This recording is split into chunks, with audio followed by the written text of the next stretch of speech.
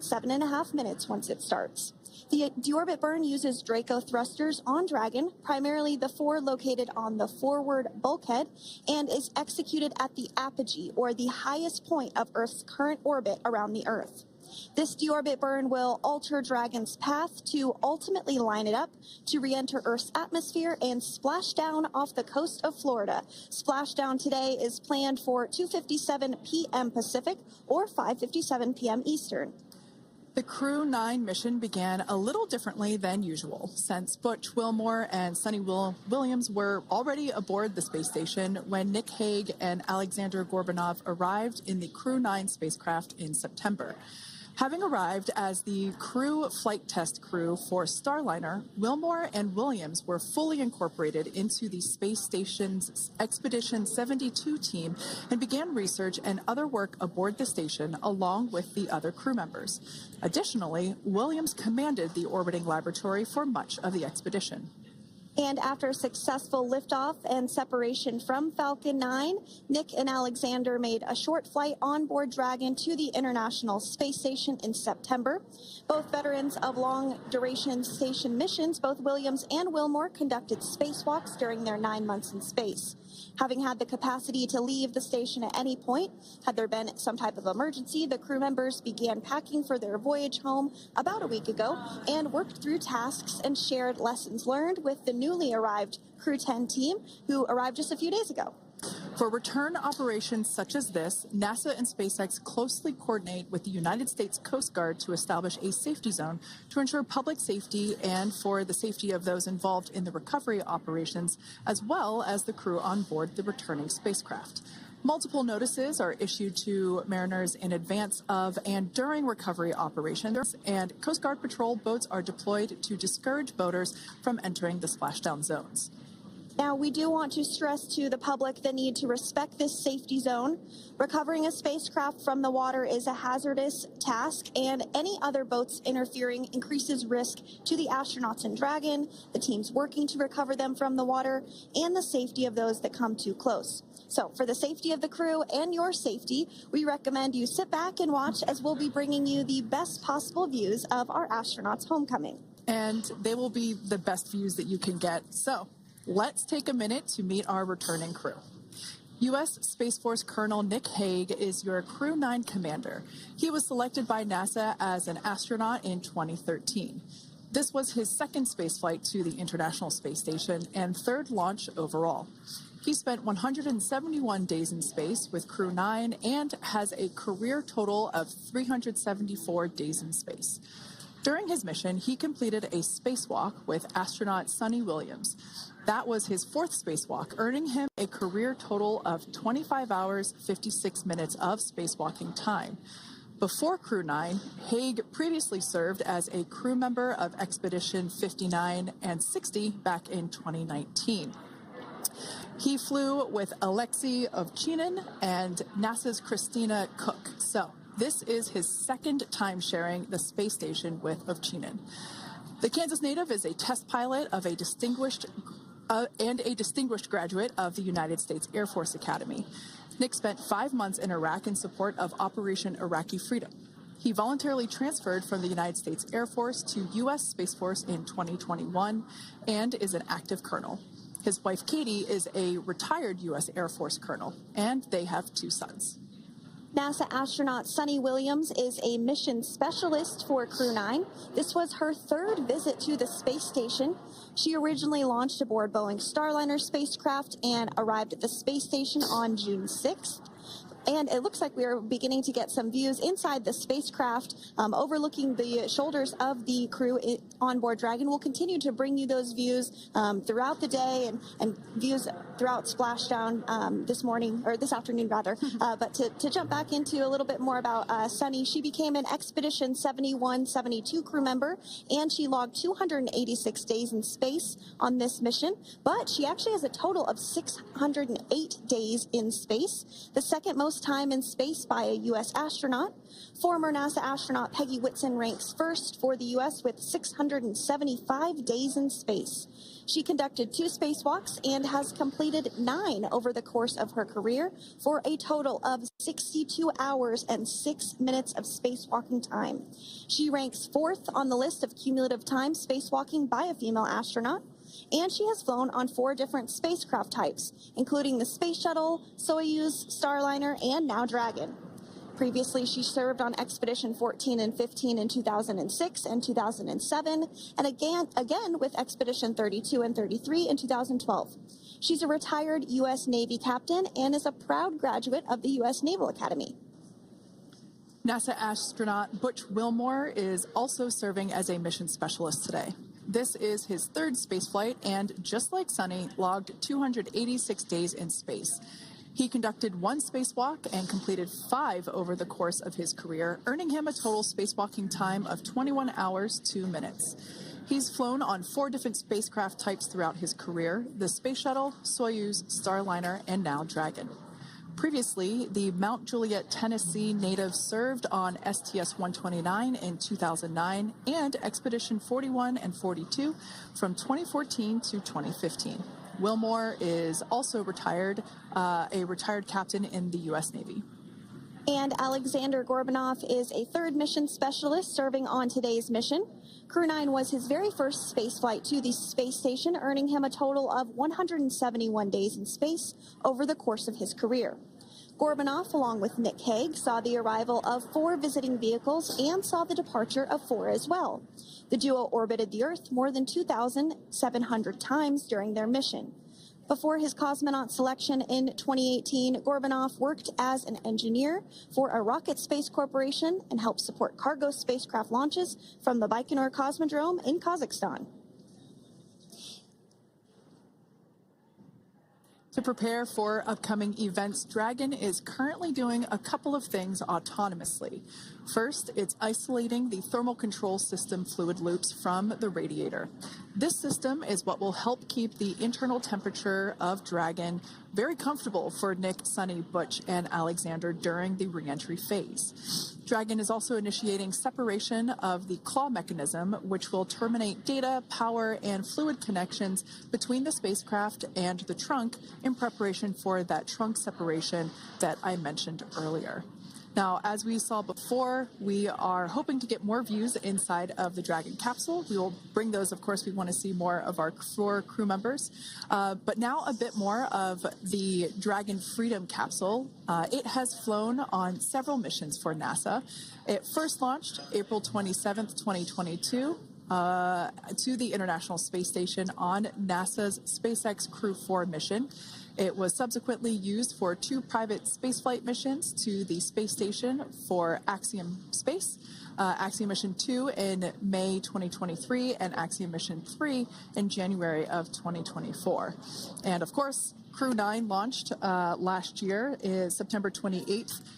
So yeah, a little bit about the Dragon Freedom capsule. Here, a view that we have once again between the shoulders of Commander Nick Hague, who is on the left-hand side of your screen there, and Mission Specialist Alexander Gorbanov there on the right. That's right, Kate. And the next major milestone that we're looking ahead towards this afternoon is claw separation. We're targeting that claw separation at 2:05 p.m. Pacific time this afternoon, so less than 10 minutes from now. Continuing to get some views inside Dragon Freedom. To the far left there is NASA astronaut Butch Wilmore, and as you can see, the crew is suited up in their space suits. They are suited up in what we call dynamic phases of flight. So when they launch, when they dock, when they undock, when they return back for splashdown. We might hear some call-outs on the loops about putting their visors down. That will happen just prior to deorbit burn. And you'll hear us pause when some of those communications happen. That's because we want to make sure that we are relaying the best information to you all, and so that you hear it as well. So if you do hear us pause, that is what we're doing. You also see they have their on there, and I know the gloves are pretty unique on the Dragon spacesuits, right? They're custom created? Yes, the spacesuit overall is custom fit for each astronaut. These gloves enable usage of the touchscreen panels that they have in front of them. We can't see it from this view, but that view we saw earlier between Alexander Gorbanov and Nick Hague, that is a touchscreen. It allows the crew to monitor everything that Dragon is doing, along with those tablets that they have there on their legs. So yeah, the spacesuit itself is intended to act as a mini spaceship, if you will, as once the visors are closed, it is able to maintain a pressure in the unlikely event of a depressurization event for Dragon. So there we can see those screens I was talking about. So there in the center, we've got the location tracker, as well as on the left-hand side, it's mapping out the operations that Dragon is executing. The crew has to remain well informed of all these things that Dragon is doing autonomously. That basically means that Dragon is flying itself. The crew has the ability to gain control of the capsule if necessary, but the capsule is essentially going to bring itself home. But of course, in order to be familiar with Freedom, SpaceX, deorbit sequence start in 5 minutes.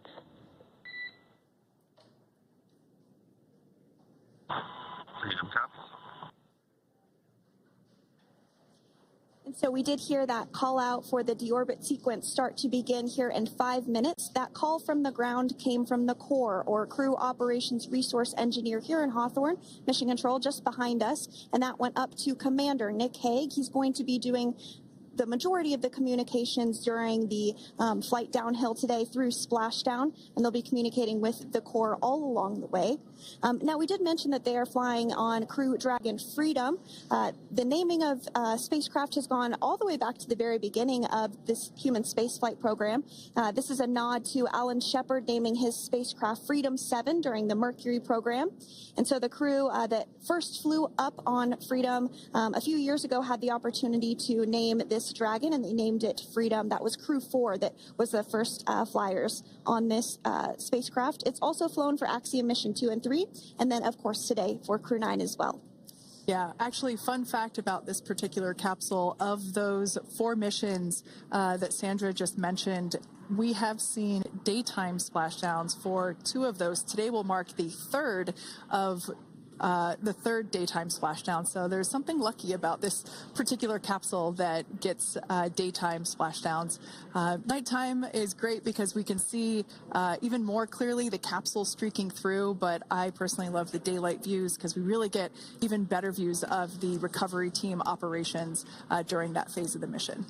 Yes, absolutely. And if you follow along with our missions, you'll know that sometimes weather is a watch item when it comes to undocking and splashdown. We do splashdown in the water, so we want to ensure that parameters like wave heights and wind speeds and precipitation, lightning, all of that is looking good for the crew and the safety of those recovery personnel. And today the weather is just pristine. We got off of space station on the very first attempt. So I'm joking around and saying that it was because it was St. Patrick's Day and we got really lucky with the weather. I wouldn't disagree with that. Speaking of weather, we will be hearing from Core probably around 2:20-ish. Typically, before we enter the period of loss of signal, or LOS, we will hear an entry briefing from the core, the Crew Operations Resource Engineer, and they will deliver important information like updated anticipated splashdown and loss of signal times to the crew, as well as the wave height and wind speed. So we'll be standing by to listen in on those. Like I said, that will happen shortly after, typically after trunk separation. I can't quite remember if it's before or after deorbit burn. Must be before. But in any case, we'll be hearing all of that coming from Core. In fact, that individual is seated there in the room on your screen. That is SpaceX Mission Control in Hawthorne, California. That room is located just over our shoulders, and that is where Dragon operators are standing by on console, monitoring the progress of Dragon as it continues its way home. It's been, at the point of splashdown, it'll be about 17 hours since Dragon undocked from the International Space Station. The team there in Mission mission control.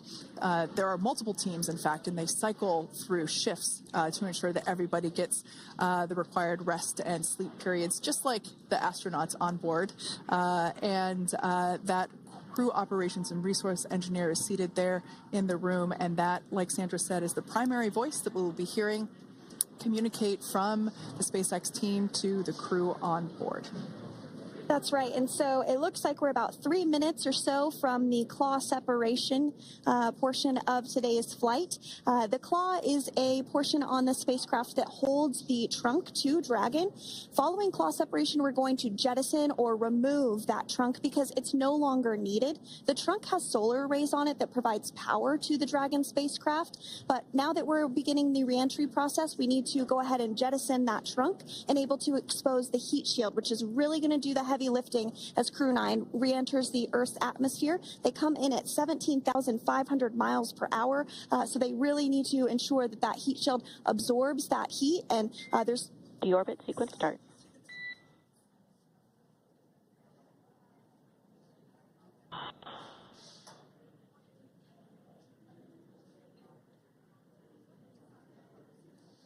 And so we did just get communications there that the deorbit sequence start has begun. So here in just a couple minutes from now, we expect to hear information or a call back about the claw separation having begun. And again, that kicks off that trunk separation portion that I was discussing to remove that, expose the heat shield, and then eventually we'll have the deorbit burn. And we'll continue to walk you through all of these milestones as we approach them ahead of our splashdown at 2:57 p.m. Pacific time this afternoon off the coast of Tallahassee, Florida. Yeah, we're very excited to bring the Crew-9 crew home. Sandra, we were talking about the trunk separation. That trunk is on a trajectory that will re-enter in the atmosphere and break up upon that re-entry. The heat shield itself is one of my favorite parts of the Dragon capsule. It is the workhorse of the re-entry phase. It will work to protect the Dragon capsule and the crew members on board during the re-entry phase as the temperatures outside of the capsule build up to, I believe, about 3,000 degrees Fahrenheit in excess of. And meanwhile, the interior of Dragon stays a very comfortable temperature. That heat shield does a lot of the work, and we'll see that plasma build up on the exterior of the capsule. As a result of the plasma that builds up, we will lose communications with the crew. This is known as loss of signal, or LOS. This is roughly a 10-minute period on average, even less than. I believe today it is probably about 6 or 7 minutes long. It kind of depends on the mission, and it happens for every Dragon capsule that re-enters the atmosphere. Due to that plasma buildup, we're not able to communicate or command the capsule, so we stand by while we wait to regain communication after we pass through that period of loss of signal and get what's known as AOS, or acquisition of signal. Continuing to stand by for claw separation, and then we'll look towards trunk separation. It'll be just about a minute or so after that. That happens pretty rapidly in succession. Some of our milestones will take a little bit longer throughout the day. For example, we will have a deorbit burn after that will take about 7.5 minutes and helps get Dragon set up in the right trajectory to splash down in the Gulf off the coast of Florida. So continuing to stand by for claw separation.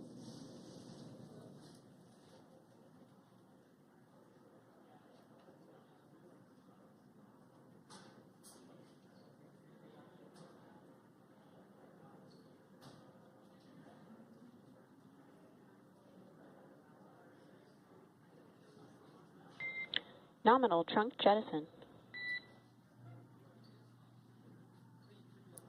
All right. Great news there. That trunk has been jettisoned from the Dragon capsule. So the claw was separated. That's the mechanism that connects the telemetry and power between the Dragon capsule and the trunk. In order to expose the heat shield underneath Dragon, we had to jettison that trunk, and so we just got confirmation that that has happened. So that is great news. Basically means that telemetry is looking good, and that the nitrox system is primed for cabin and suit cooling, and the heat shield, like I said, is now exposed and ready for atmospheric reentry. The trunk served its purpose by gathering energy from the sun through its solar cells and converting that to battery power. Since we separated the trunk, we can't generate any more new power, but we really don't need to since we're coming home and Dragon has enough battery power already stored. Now, up next, the final steps that Dragon will perform prior to reentry: the slew, or the maneuver to deorbit burn attitude, and then the deorbit burn itself. This deorbit burn is the last time that the forward Dracos, which are the 4 thrusters located on top of the spacecraft under the nose cone, it's the last time that they will ignite. The deorbit burn will place Dragon on a precise trajectory to return to the splashdown zone off the coast of Florida, off the coast of Tallahassee, Florida, and that will last about 7.5 minutes once it starts. And so deorbit burn is targeted for 2:11 p.m. Central Time, so about 2 minutes from now. As we mentioned, it's going to last about 7.5 minutes, again, helping to get Dragon into the precise trajectory to ensure that splashdown occurs in the area that was calculated and where the recovery team is already in place, ready to support splashdown operations today. The recovery vessel Megan is the ship that is going to be utilized today, and we also have what is called fast boats that go out first to check the spacecraft and make sure everything is looking good before the recovery vessel Megan approaches. So that whole recovery process takes about an hour, I would say, from the time the crew splashes down to the time they're on the boat and the crew gets out of the capsule, and we'll continue to bring you live coverage through every step of the way today as Crew-9 returns home. Indeed. Now, let's take a little bit of a closer look at Dragon. One of the great things about being close to the space station is that we can use space station cameras to look at Dragon, but now that Dragon is on its way home, we don't have those external cameras. So here's an animation of what the capsule looks like. We've got the pressurized section, the capsule on the top, and the trunk, or the unpressurized section, on the bottom. That's where those solar panels that we manufacture in-house are located, soaking up the energy from the sun and turning it into power for the capsule. At the very top of the capsule is the nose cone. That is where the Dracos, the forward Dracos, are located. That nose cone is currently open, not closed like we saw in that animation. Once we get through the final maneuverings for the re-entry phase, we will close the nose cone capsule just before Dragon begins its atmospheric entry to protect that forward hatch there located along with those forward Dracos. So go ahead. Oh, that's right. I was going to mention that the nose cone does open shortly after launch, and it remains open the entire time that Dragon is docked to the International Space Station. So as an example for this particular spacecraft, Freedom, since September when it docked to the International Space Station, remains open that entire time, and here shortly it will close for the very first time since September. So quick recap of what Dragon has done in recent history here. We basically began preparations for re-entry known as the deorbit sequence. So Dragon released the trunk. As we said before, we separated the claw, we released the trunk. It next will slew to the deorbit burn attitude. Slew basically meaning maneuver, so it will position itself correctly to execute that deorbit burn. We want the heat shield side to be facing forward, or first, if you will. We want that to be the leading edge of the Dragon capsule, as that heat shield is meant to basically be an ablative material for the heat that it will incur. Once we complete that deorbit burn attitude slew, we will initiate the deorbit burn itself. That will last for several minutes, expecting that to be to start here any moment now, actually, and then it will go until about 2:18 p.m. Pacific time or 5:18 p.m. Eastern time. And I did hear confirmation that that deorbit burn is underway. As we mentioned, it's about a 7.5-minute burn. So within the last 10 minutes, Dragon has jettisoned its trunk and initiated the deorbit burn just seconds ago. As mentioned earlier, for those operations, NASA and SpaceX closely coordinate with the United States Coast Guard to establish a safety zone to ensure public safety and for the safety of those involved in the recovery operations, as well as the crew on board the returning spacecraft. Multiple notices are issued to the mariners in advance of and during recovery operations, and Coast Guard patrol boats are deployed to discourage boaters from entering the spacecraft, the splashdown zones. So we do want to stress to the public the need to respect this safety zone. Recovering a spacecraft from the water is a hazardous operation, and any other boats interfering increases the risk to not only the astronauts in Dragon, but the teams working to recover them from the water and the safety of those that may come too close. So for the safety of the crew, which you see there on your screen, your safety, we recommend you sit back and watch as we'll continue to bring you the best possible views of our astronauts' homecoming. Yeah, as I mentioned earlier, this deorbit burn is the last time that we will utilize our 4 forward Draco thrusters. Forward basically meaning at the top of the Dragon capsule. Dragon Freedom has not yet entered the Earth's atmosphere.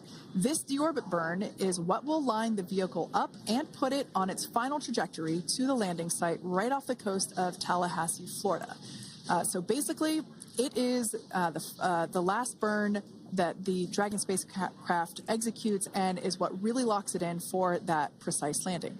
As you can see on your screen right now, Nick, Suni, Butch, and Alexander are using their screens to keep tabs on the burn duration, the Draco firings, and trajectory details such as entry angle, spacecraft perigee, and how much distance remains until deorbit burn termination.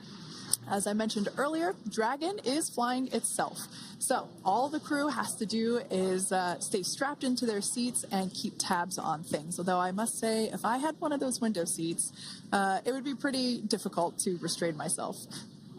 Now, with Nick, Suni, Butch, and Alexander ready to deorbit and splash down back on Earth, they will be heading to one of 8 targeted sites supported by SpaceX and NASA. All of these sites are located off the coast of Florida, either in the Gulf of America or the Atlantic Ocean. Spreading the supported sites across multiple locations helps maximize the return opportunities for this mission and future crews, lowering the chance that we'll have to wave off due to bad weather. For those of you following along, you'll know that today's splashdown marks our final Dragon recovery on the East Coast. After 6 great years of successful recovery operations off the East Coast, we'll be moving all Dragon recovery operations back to the West Coast. And as always, NASA and SpaceX jointly select our splashdown location. And for today, the prime recovery site is off the coast of Tallahassee, Florida. The selection process works with a lot of different variables, including the space station's orbital trajectory or path that it follows, what landing sites are available and have favorable weather, how much free flight capability Dragon has for the trip home, and the sleep schedules for the returning crew members, as well as, of course, the big one, the weather. We'll start with calculating daily return options based off of the space station's current orbit and Dragon's capabilities to maneuver and line up for re-entry. The time from undock to landing at the primary site can vary from less than 6 hours to more than 39. Getting home the quickest comes with some obvious benefits, but we always have to make sure the crew is properly rested for dynamic operations, preventing us from scheduling 20-plus hour days for them, of course. Trajectory and ballistic experts provide the daily opportunities that would line up Dragon with the 7 landing zones and split them into what we call ascending and descending opportunities. Dragon uses its Draco thrusters after leaving station to execute a series of altitude-lowering maneuvers and to line up with the selected primary site. It can also change to different alternative sites while in a free flight if sudden weather moves in that we may need to avoid. So as we mentioned, weather is something we're constantly looking at, making the final call to proceed about 2.5 hours before the crew undocks. So for the Crew-9 return, we looked at a number of weather items. Some of the obvious ones are no rain or a chance of lightning in the recovery zone, both for the safety of the crew inside Dragon and the recovery teams in the water. And we're also looking for wind speeds to be less than 15 feet per second or about 10 miles per hour, and relatively calm seas so that we can safely execute recovery operations, which includes landing a helicopter on the recovery ship to fly Nick, Suni, Butch, and Alexander back to Florida. Once Dragon began flying today, we had a number of additional checkpoints to either proceed towards the primary site, head to the alternate, or select a new zone based on real-time weather data. These checks happened all the way up until we were in the final hours before the deorbit burn, which has just about a minute or so left in it. And this is the last burn in the trip home that commits Dragon to re-entering the Earth's atmosphere. Now, we are currently waiting to conclude the deorbit burn. We've got less than a minute until that finishes. We will expect to hear a call out for nominal burn, which will confirm completion of that deorbit burn for Dragon Freedom. You can see images there from the touchscreen display panels that the crew utilizes in flight. We can see the visualization of exactly which one of the four forward Draco thrusters are firing. That's why you have kind of like a strobe effect there.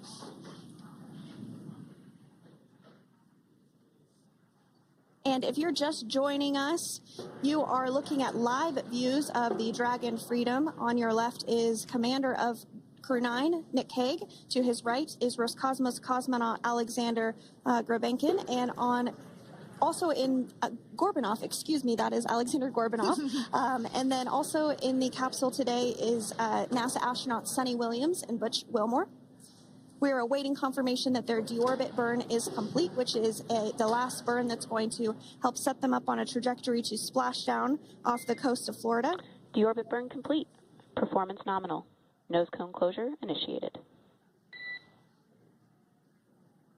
Freedom copies.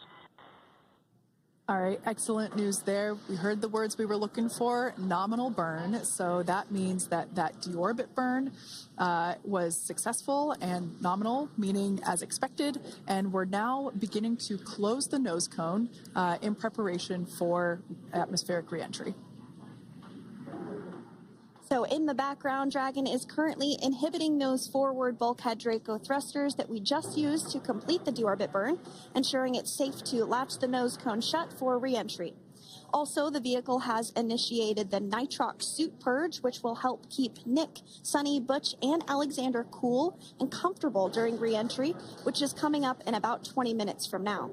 At this point, the nose cone is closing and protecting the forward hatch for reentry, and the crew are using their screens to continue to monitor the locking of the nose cone, which is done by a set of hooks. And as we mentioned earlier, that nose cone has remained open since September, so this is the first time it's closing in a few months. Yeah, that's absolutely right. Now, we will be expecting, as I mentioned before, an entry brief from SpaceX Core. Again, that's the Crew Operations Resource Engineer who is seated in that room that you see there on your screen. That entry brief will provide updated times for anticipated splashdown as well as the loss of signal or period of LOS.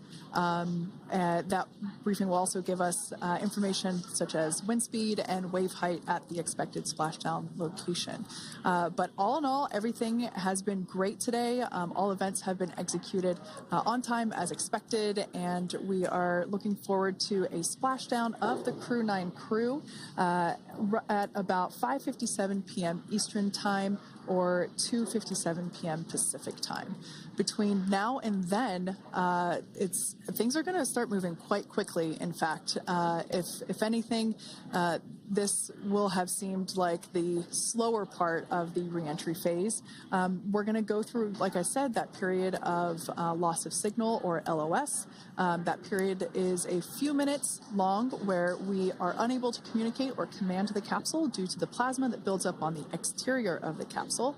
That period, like I said, lasts for a couple minutes, you will start to hear SpaceX Core hail the Crew-9 crew a little bit earlier than expected, because we, in the past, have actually regained communications a couple minutes earlier than initially anticipated. So we'll go through that period of loss of signal, that entry period, that specifically when when the Dragon spacecraft is re-entering through the atmosphere. Approximately at about 18,000 feet, when the capsule is traveling at 350 miles per hour, we will see our first views of parachutes for the day. It's one of my favorite moments of return sequences, is when we get to see the drogue parachutes. We'll see the drogues come out. Those drogues will help slow the vehicle down to about 119 miles per hour, and then that is when the main parachutes will come out from the Dragon spacecraft, and then ultimately end in splashdown. And we are hearing confirmation that the nose cone is closed and everything was nominal or as expected with that closure. So as we begin the second half of entry, Dragon is now beginning to inject cooled nitrox into the air being delivered to the spacesuits worn by Nick, Suni, Butch, and Alexander. Again, this is what will allow the crew to remain comfortable while external temperatures reach 3,500 degrees Fahrenheit as they re-enter the Earth's atmosphere. So the heat shield is pointing forward, leading Dragon to the landing site. Yeah. Now, speaking of the heat shield, Dragon's primary heat shield is comprised of PICA 3.0, which stands for Phenolic Impregnated Carbon Ablator. The first-gen PICA was initially developed by NASA for studying and sampling comets within our solar system. SpaceX partnered with NASA to develop PICA-X, which was the second-generation product used on all Dragon 1 cargo resupply service missions that resupplied the International Space Station on 20 missions. PICA 3.0 was developed specifically for use on Dragon 2 crew and cargo, with enhanced structural and thermal capabilities that allowed the heat shield to be even more effective in the way that it utilized the ability to make that heat ablevate as it goes through the Earth's atmosphere.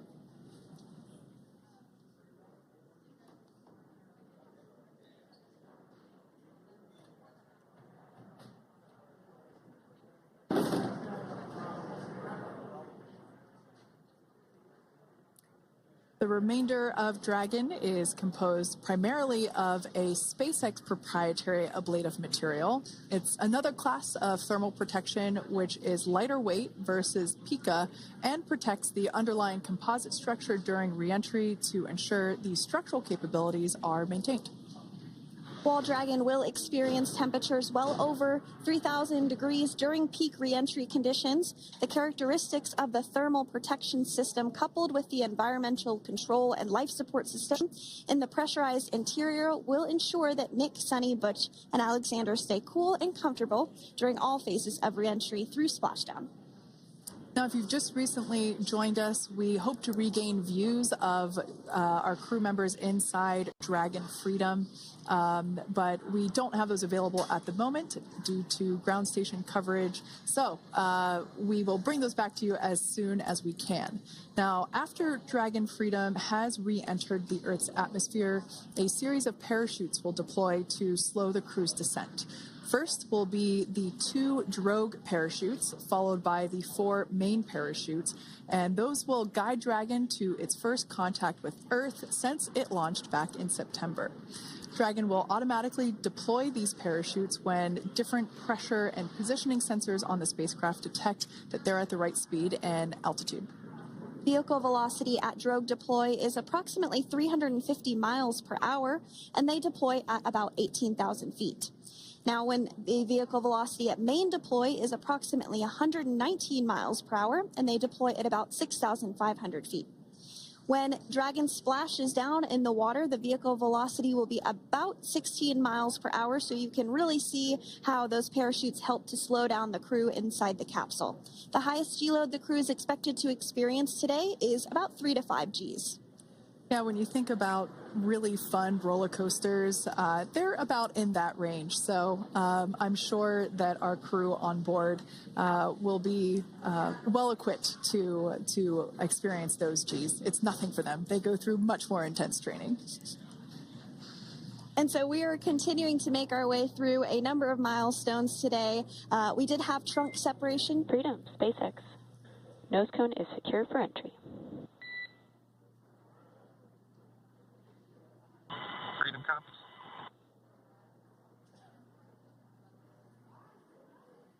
All right, great news there. That tells us that the final physical configuration change for Dragon is complete. We have closed that nose cone. This is the last physical change that Dragon undergoes prior to re-entering the Earth's atmosphere. It's important that that nose cone is completely closed because underneath it is not only where the 4 forward Draco thrusters are located, but it's also because that is where the forward hatch is located. That is the hatch that is utilized for the crew to ingress and egress from the station while it is docked on board. And since our capsules are flight proven and we reuse them on future space flights, we want to make sure that all of the integrity of that hardware remains intact. So that nose cone is successfully closed, and we're going to start moving pretty quickly here. As I mentioned before, we'll go through loss of signal. We'll get that signal back several minutes later, and then we'll see the parachute action. Yep, and then that's all ahead of splashdown off the coast of Florida. We're targeting Tallahassee as our splashdown zone today at 2:57 p.m. Pacific time this afternoon. Now, you did mention the call to the crew. They'll do some additional calculations following that burn and potentially let us know if that splashdown time has changed at all. But right now, we are continuing to target 2:57 p.m. And you can see there on your screen a path of where Dragon will be re-entering today. So if you are in the southern tip of Mexico, you might have the opportunity to see Dragon. Because it's a daytime splashdown, you probably won't have too great of views, but potentially you'll have the opportunity to get a glimpse of it there. Once again, Dragon operators, they're monitoring the progress of Dragon through this re-entry phase. That is SpaceX Mission Control, located here in Hawthorne, California. That is also where the crew operations and resource engineer is seated. That person is the voice that we have heard multiple times and will continue to hear as the primary point of contact to the crew on board Dragon Freedom. We will also hear the voice of Commander Nick Hague. Basically, after we hear the Corps communicate something, we will hear Nick Hague indicate that they copy, that they heard the message well, some sort of recognition that the message was received. And if you joined us yesterday for our coverage during the undocking, we were communicating through something that's called a big loop. We do that when we're in integrated operations with the International Freedom, SpaceX, for entry sequence. Report when ready to copy. Ready to copy. All right, I've got some updated times for you. Our comm blackout start time is 2144. Our comm blackout end time is 2151, and our splashdown time is the same per your displays, 2157.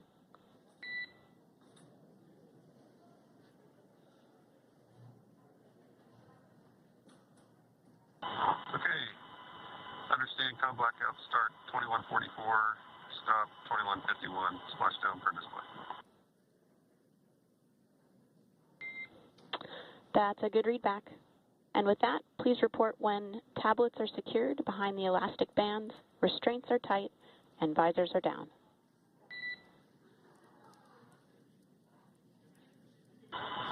And copy, Wilco.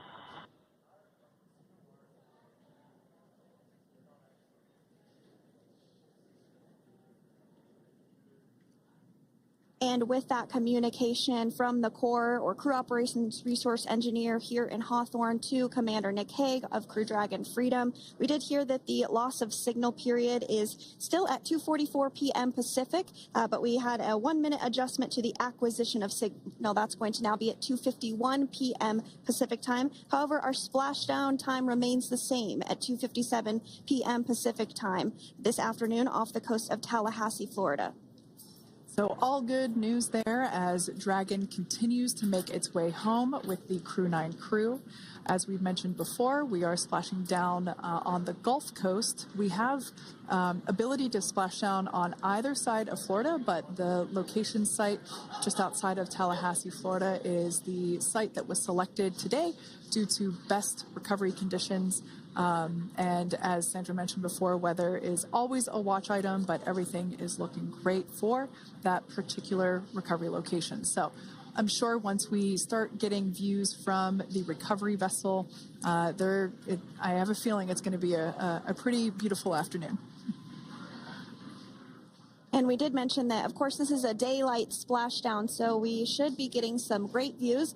We do have a couple of spacecraft called the WB-57, which are high-altitude planes that NASA utilizes during splashdown operations. Those are en route and going to be tracking the capsule as it makes its way through the atmosphere and should be providing some good views for us. Kate and I were just chatting about how we haven't had a daytime splashdown in a little while, so we're looking forward to the views along with you. Yeah.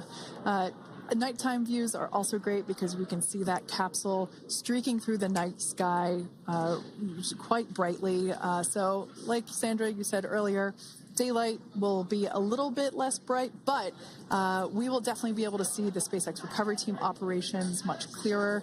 I could also imagine it's probably a little bit easier for the team themselves to do their work in daytime than at nighttime.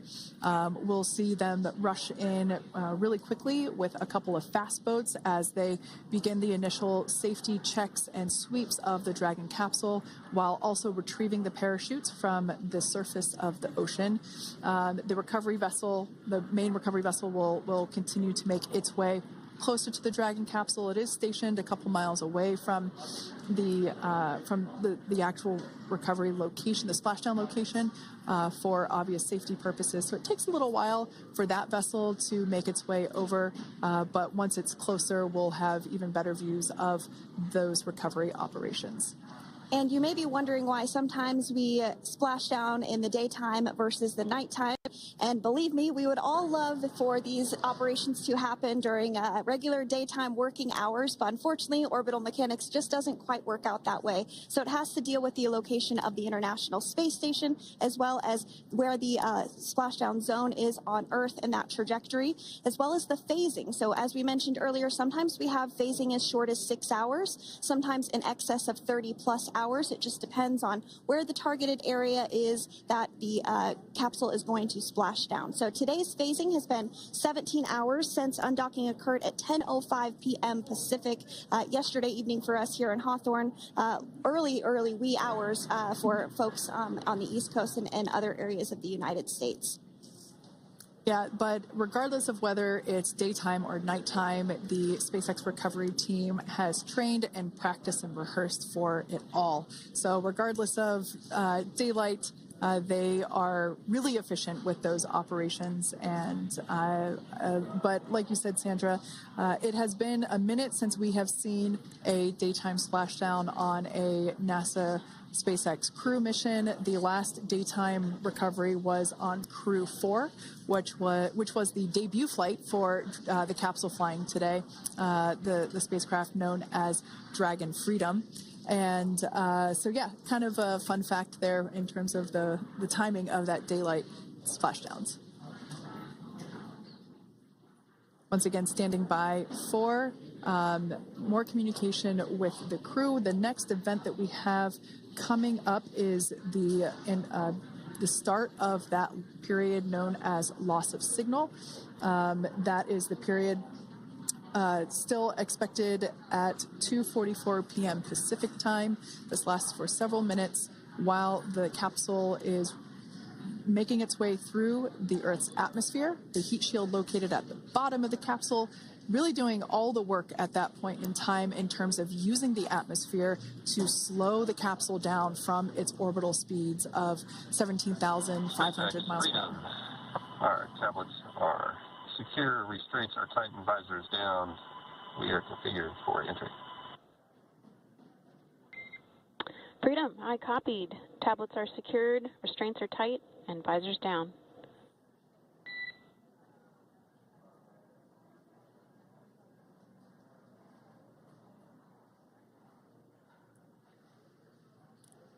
All right, great news there in terms of continuing to make progress. That back and forth communication we heard was just letting Core know that per their instructions, Crew-9 has now put away everything that was necessary in order to begin the re-entry, including those tablets that were located on their legs. Those are now stowed away.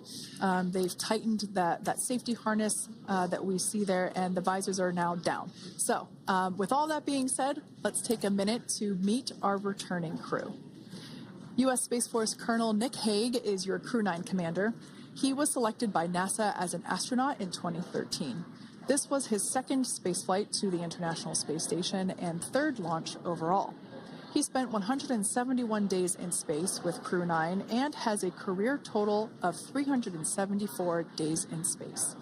During his mission, he completed a spacewalk with astronaut Suni Williams. That was his fourth spacewalk, earning him a career total of 25 hours, 56 minutes of spacewalking time.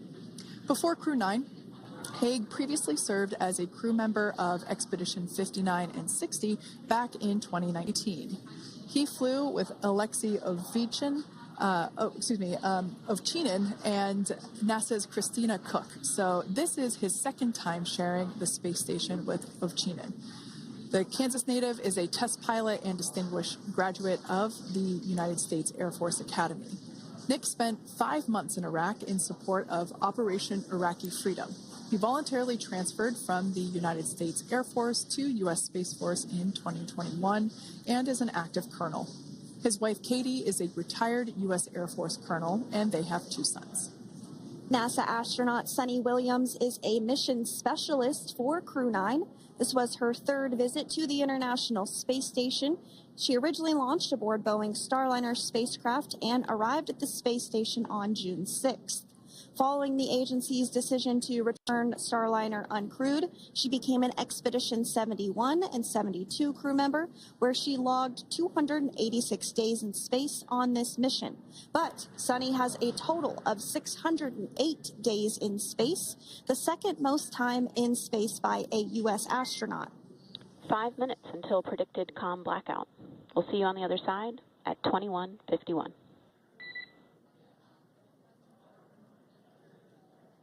(21:51). Talk to you soon. And with that call out from the Crew Operations Resource Engineer to Commander Nick Hague, letting them know that everything is looking good ahead of the loss of signal period. We will see the crew on the other side of the loss of signal period at 2:51 p.m. Pacific time this afternoon. Continuing on about Suni Williams, who has a total of 608 days in space, the second most time in space by a U.S. astronaut. Former NASA astronaut Peggy Whitson actually ranks first for the U.S. with 675 days in space. Suni conducted 2 spacewalks and has completed 9 over the course of her career for a total of 62 hours, 6 minutes of spacewalking time. She ranks 4th on the list of cumulative time spacewalking by a female astronaut, and she has flown on 4 different spacecraft types, including the Space Shuttle, Soyuz, Starliner, and now Dragon. Previously, she served on Expedition 14 and 15 in 2006 and 2007, and again with Expedition 32 and 33 in 2012. She's a retired U.S. Navy captain and is a proud graduate of the U.S. Naval Academy and was the first astronaut to run a marathon in space. Pretty awesome stuff. Now, NASA astronaut Butch Wilmore is also serving as a mission specialist today. This is his 3rd spaceflight and, just like Suni, logged 286 days in space. He conducted 1 spacewalk and completed 5 over the course of his career, earning him a total spacewalking time of 21 hours and 2 minutes. He's flown on 4 different spacecraft types throughout his career: the Space Shuttle, Soyuz, Starliner, and now Dragon. Previously, the Mount Juliet, Tennessee native served on STS-129 in 2009 and Expedition 41 and 42 from 2014 to 2015. Wilmore is also a retired captain in the U.S. Navy. Next up is Alexander Gorbanov, who is the 3rd mission specialist serving on today's mission. Crew-9 was his first space flight to the space station, earning him a total of 171 days in space over the course of his career. Gorbanov, along with Nick Hague, saw the arrival of 4 visiting vehicles and saw the departure of 4 as well. The duo orbited the Earth more than 2,700 times since September. Before his cosmonaut selection in 2018, Gorbanov worked as an engineer for a rocket space corporation and helped support cargo spacecraft launches from the Baikonur Cosmodrome in Kazakhstan.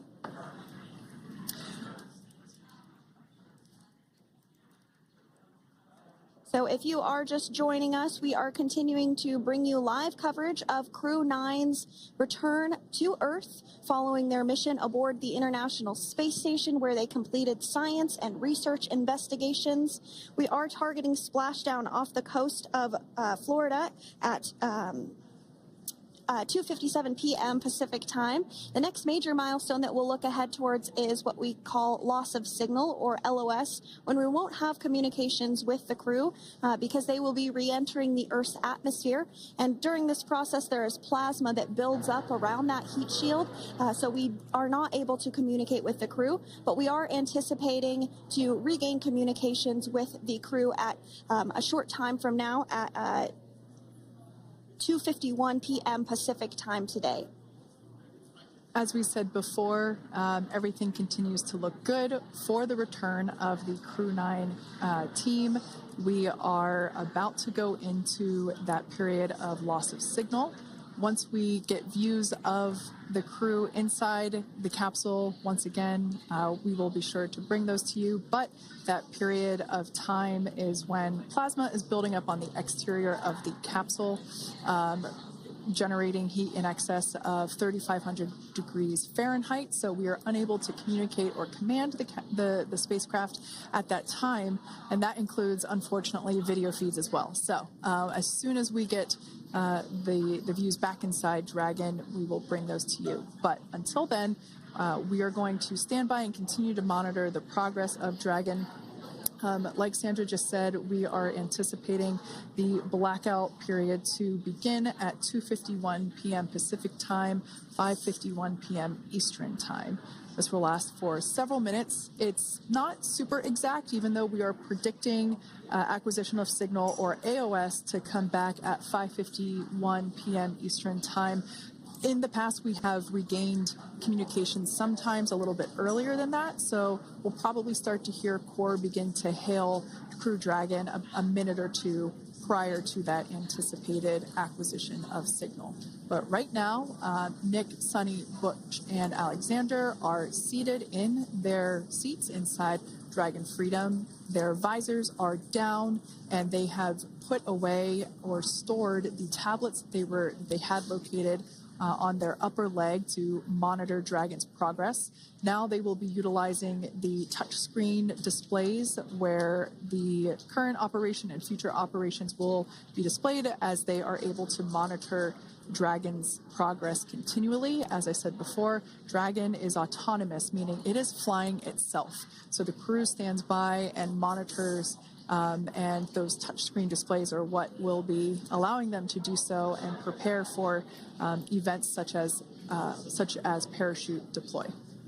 And while on board the International Space Station, Nick, Suni, Butch, and Alexander contributed to over 900 hours of science and research investigations, which is really the key purpose of the International Space Station. Now, the International Space Station is celebrating a major milestone this year, where they will be celebrating 25 years of continuous human presence in November. So if you're younger than 25 years, you've never known a day where there hasn't been a human living and working aboard the International Space Station, contributing to key science and research investigations that impact our lives here on Earth. There's research being done on Parkinson's, on osteoporosis, on cancer research, and a variety of other studies. Additionally, the microgravity laboratory provides a jumping off point for us as we venture back to the moon and onto Mars through longer duration space flights. One such example that the crew worked on during this mission was an alternative exercise device. In microgravity, the crew has to exercise for about 2 hours a day because they're not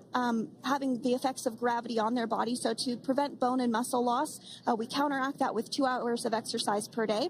On board the International Space Station, they have 3 ways in which they can exercise. They have a bike, they have a treadmill, and they have a similar to a weightlifting machine that counteracts the microgravity environment. But a particular experiment that this crew tested out was a combination of all 3 of those in one smaller device, and this is really critical as we continue on to the moon, Mars, and beyond, because space is really important in spacecraft. So if we have something smaller that the crew might be able to utilize, that can potentially help us venture out even further into the solar system. So science is really the name of the game when it comes to the International Space Station. Some of the other science highlights that took place during this increment that are particularly interesting to me was we had the first wooden satellite that was deployed. This is a study to see if other materials might be more resourceful or renewable in space. So I'm really excited to see the results of that one as well. Additionally, we had a couple of spacewalks that took place to not only provide maintenance to the International Space Station, but also where we swabbed the outside of the space station near vents to see if any microbes that we all have microbes on us, to see if any of those could survive in the harsh environment of space, which again is very important for us to know and understand as we continue to the moon, Mars, and beyond. Very exciting stuff. Now, at this point, we have now entered the communications blackout period for the Dragon spacecraft. This lasts approximately 7 minutes due to plasma formation around the spacecraft itself. During this time, no vehicle telemetry is received by mission control or the recovery team, and no external commanding of the vehicle or voice communication is possible. But as a reminder, Dragon is designed to fly itself. During re-entry, the vehicle will be slowing down from orbital velocity, which is approximately 17,500 miles per hour. The top temperature that Dragon will experience upon re-entry is 3,500 degrees Fahrenheit. This blackout period, as I said before, we expect it to last about 7 minutes today, concluding at 5:51 p.m. Eastern Time or 2:51 p.m. Pacific Time. We right there have our first view of Dragon Freedom coming home to Earth. And that view is from the WB-57, which is one of NASA's high-altitude planes that is tracking.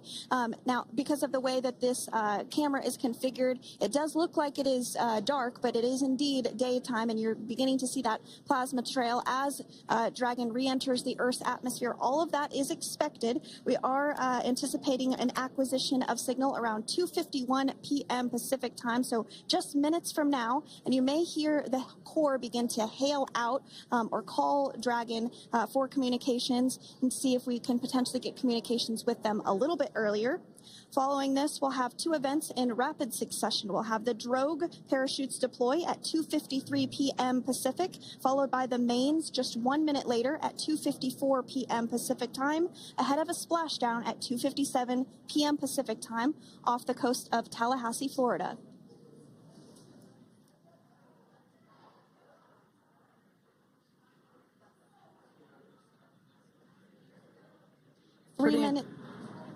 Pretty incredible views of the Dragon spacecraft making its way home back to planet Earth with the Crew-9 astronauts on board.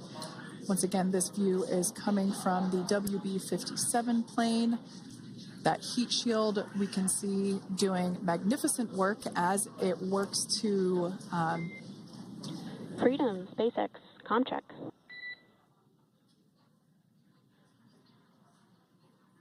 All right, we're going to start hearing the SpaceX Crew Operations Resource Engineer. SpaceX Freedom is with you. 4.6 speed. Enjoying the ride. Copy that, Freedom. Great news there from Commander Nick Hague reporting back. We see a healthy flight computer. Expect automated chute deployment. Freedom copies. Like we said before, things moving very quickly as Dragon Freedom makes its way home. Next event coming up will be deployment of the drogue parachutes. This occurs around 18,000 feet. GPS has converged. Expect nominal altitude for drogue chute deployment.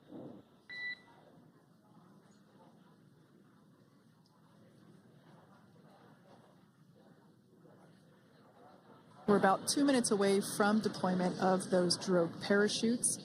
Now the heat shield is continuing to work to slow the vehicle down. That entry period, the Dragon spacecraft went from orbital velocity about 17,500 miles per hour down to about 350 miles per hour. So that really gives you a sense of why that plasma builds up on the exterior of the capsule, thanks to the heat shield and the work that it does. Those drogue parachutes will slow it down from 350 to about 119 miles per hour. We can see 15 kilometers. Brace for drogue window. We can see seat rotation happening inside the capsule. Great to get those first views of our crew members. Once again, the capsules are going about 350 miles per hour when the drogues are deployed. Those drogue parachutes that we manufacture here in-house are going to slow the spacecraft down to 119 miles per hour. And that is when we will see the main parachutes deploy, and that occurs about 6,000 feet above the ocean's surface. And we are expecting drogue deployment at 2:53 p.m. Pacific, so we should see it any second now. And there you are getting a great view of Crew-9 inside Dragon Freedom as it returns back to Earth. We are awaiting the drogue deploys. This view coming from the WB-57 high altitude plane. And there you see it on your screen, drogue deployment. Drogue descent rate nominal. You can hear the crowd here. Visual on 2 healthy drogues. The crowd here very excited as Dragon Freedom continues to make its way back to planet Earth.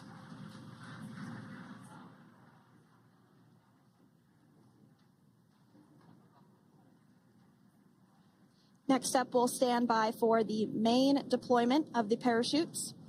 The mains are quite a bit larger. You'll be able to notice the difference on your screen once they deploy, and they continue to ensure that the Dragon spacecraft slows down even further. As we mentioned, Freedom will be traveling 16 miles per hour when it splashes down off the coast of Tallahassee, Florida, here at 2:57 p.m. Pacific time this afternoon. And there we go. We have visual on 4 healthy mains.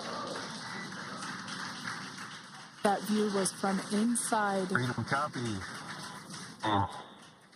That view was from inside one of the buckets where the parachutes are located. So we see a great view there of the reefing on those parachutes. And as those main parachutes begin to inflate fully, 4 beautiful, healthy mains. Now awaiting visuals of splashdown. Freedom, 1,000.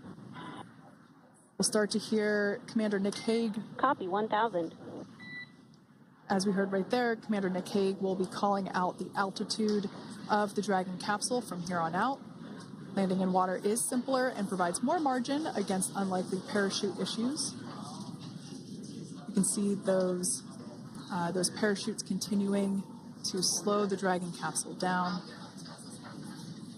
And if you're just joining us, you're looking at 800 meters. a live view of Crew-9 just minutes away from splashing down off the coast of Tallahassee, Florida. Splashdown 2 minutes from now at 2:57 p.m. Pacific. We do have 4 healthy mains really doing the job there. Just breathtaking views of a calm, glass-like ocean off the coast of Tallahassee, Florida. Crew-9 just minutes away from splashing down. This is really such an incredible shot. That Copy, was 600. That was a live view from our recovery vessel, Megan, which is stationed a couple miles away from the splashdown site. We can see the crew there using their restraints as resting places for their arms. They were just in space moments ago, so their arms were able to float freely. 400 meters. This is a gorgeous bluebird day here that we have for the splashdown of Crew-9. It's incredible to think that the Dragon capsule just minutes ago was going over 17,000 miles per hour and now gently coasting to a soft splashdown. 200. Copy, 200 meters. Brace for splashdown.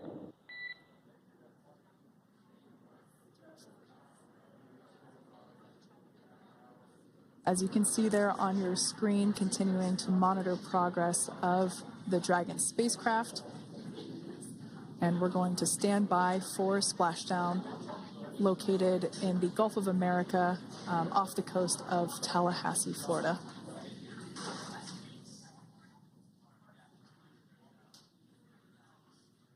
And splashdown, Crew-9 back on Earth.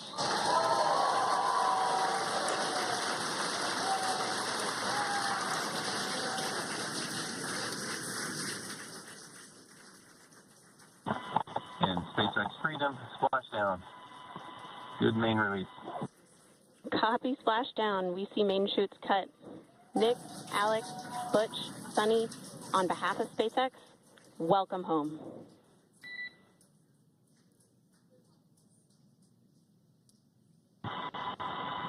It is an amazing, what a ride. I see a capsule full of grins ear to ear.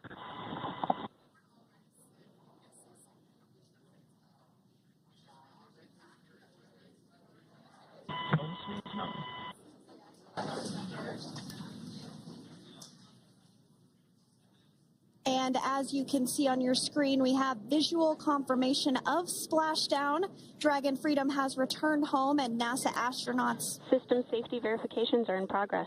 We'll report back when recovery personnel are en route.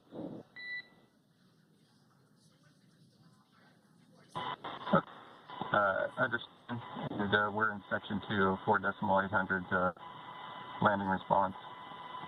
And looking for your word on if it is necessary.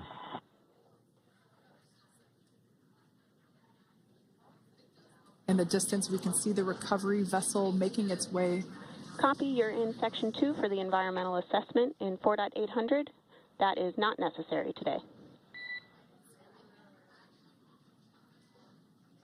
Understand. Raise and advise. So we will continue to have communications between the Corps and Nick Hague, the commander of Crew Dragon Freedom, which just splashed down 2 minutes ago off the coast of Tallahassee, Florida. Dragon Freedom has returned home with NASA astronauts Nick Hague, Suni Williams, Butch Wilmore, and Roscosmos cosmonaut Alexander Gorbanov. They're back on Earth after approximately 17 hours of a return journey from space.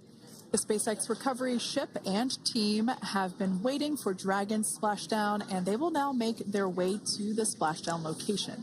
The teams have been ready and waiting about 3 nautical miles away, so it's going to take them about 30 minutes or so to make their way to SpaceX Freedom. Pretty sure we're in stable 1. Copy, stable 1. We see the same. It's going to take about 30 minutes for the recovery team to make their way over to Nick, Suni, Butch, and Alexander, who are still seated and secured inside that Dragon spacecraft there on your screen. Incredible views there of that thermal protection system, or TPS. That Dragon capsule was pristine, white color before it departed the station, and we can see how the reentry phase, the thermal protection system did its job. Now, if you're wondering what that hole, that like bucket area is, that is underneath the side hatch. That is where the main parachutes were stored. So when we saw the Dragon capsule docked at station, it looked very different. The panel that protects and covers the main parachutes, that was still intact, as well as the panels that enclose where the drogue parachutes are located. We can see those fast boats. SpaceX is go for recovery personnel to approach. Expect personnel alongside in the next few minutes. Freedom copies. We can see those fast boats. We weren't kidding when we said they were fast. While it does take about 30 minutes for the main recovery vessel to make its way over to the capsule, these fast boats will be doing a couple of things simultaneously. A couple of them are going to be working to retrieve the parachutes that you see in the background there of this drone shot. Those parachutes will be retrieved from the ocean surface. We want to make sure we are able to pull those out. The recovery vessel there closest to the spacecraft is going to be performing some safety checks. We can see there they're using an instrument that is basically working to detect if there are any hypergolic vapors or fumes that are still residing in and or around the Draco thruster nozzles or outlets. The hypergolic fuel, which is necessary for on-orbit burns to maneuver the spacecraft. Unfortunately, those hypergolics are unable to be breathed. They are toxic, and so this team here is doing those initial safety checks to make sure that it is safe for the rest of the recovery team to approach the spacecraft. They're also checking to make sure that any residuals from the pyros are safe and are not going to cause any issues. We can see the team working their way around the spacecraft to do these these sniff tests on all of those Draco thrusters.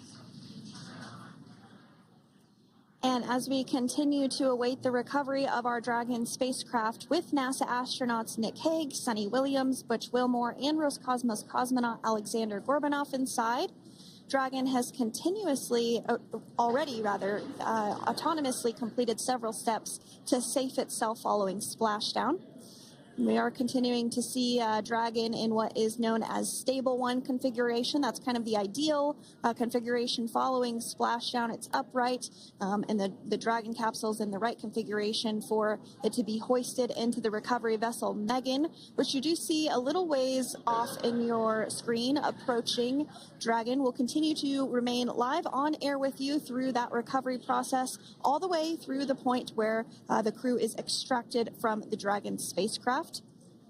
Now, if you are just joining us, the mission has gone smoothly so far. Dragon successfully splashed down off the coast of Tallahassee, Florida at 2:57 p.m. Pacific, 5:57 p.m. Eastern Time this afternoon.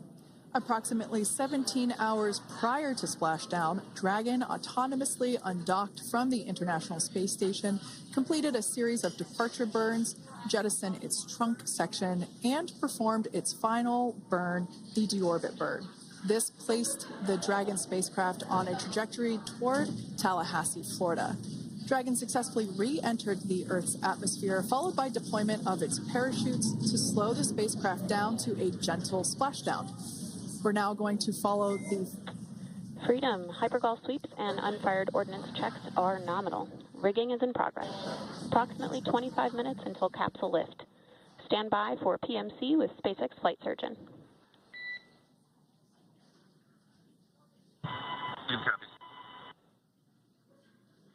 And so what we did just hear there was communications that those hypergol checks were complete. They didn't find any of that upon those checks, so we'll continue to move through the timeline. Next up is a process called rigging, which you see happening right now on your screen. This is when a SpaceX recovery personnel actually works to climb aboard the capsule and work through procedures ahead of lifting onto the nest of the recovery vessel Megan. We heard it's going to be about 25 minutes or so until that lift actually takes place.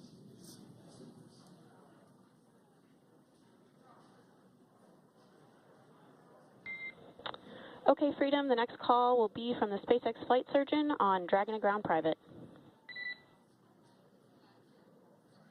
Understand. Thank you. Callouts there indicating that the crew will have the opportunity to do a quick check-in with the SpaceX flight surgeon. This is standard procedure for every Dragon spacecraft when it returns to Earth.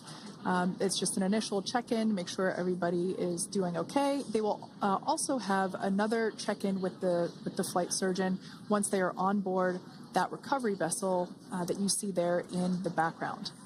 We can now see that SpaceX recovery team member they're on top of the Dragon spacecraft. They are going to be working to install plugs in the Draco thrusters to ensure that none of those, and to ensure that no more hypergolic fumes or vapors come out from the spacecraft. They'll also place harnessing around the spacecraft that are required in order to lift it out of the water. Go ahead, Sandra. Continuing to get some views of the recovery personnel, both the main recovery vessel, Megan, as well as some of those fast boats that we've discussed previously. It looks like just a beautiful day there out off the coast of Tallahassee, Florida. Weather was pristine. We were able to get undocked from the International Space Station as expected at 10:05 p.m. Pacific time yesterday evening, and Crew Dragon has since completed steps ahead of its splashdown at 2:57 p.m. Pacific, and we're now stepping through procedures to get Dragon hoisted up onto the Megan recovery vessel and get the crew extracted out of the spacecraft.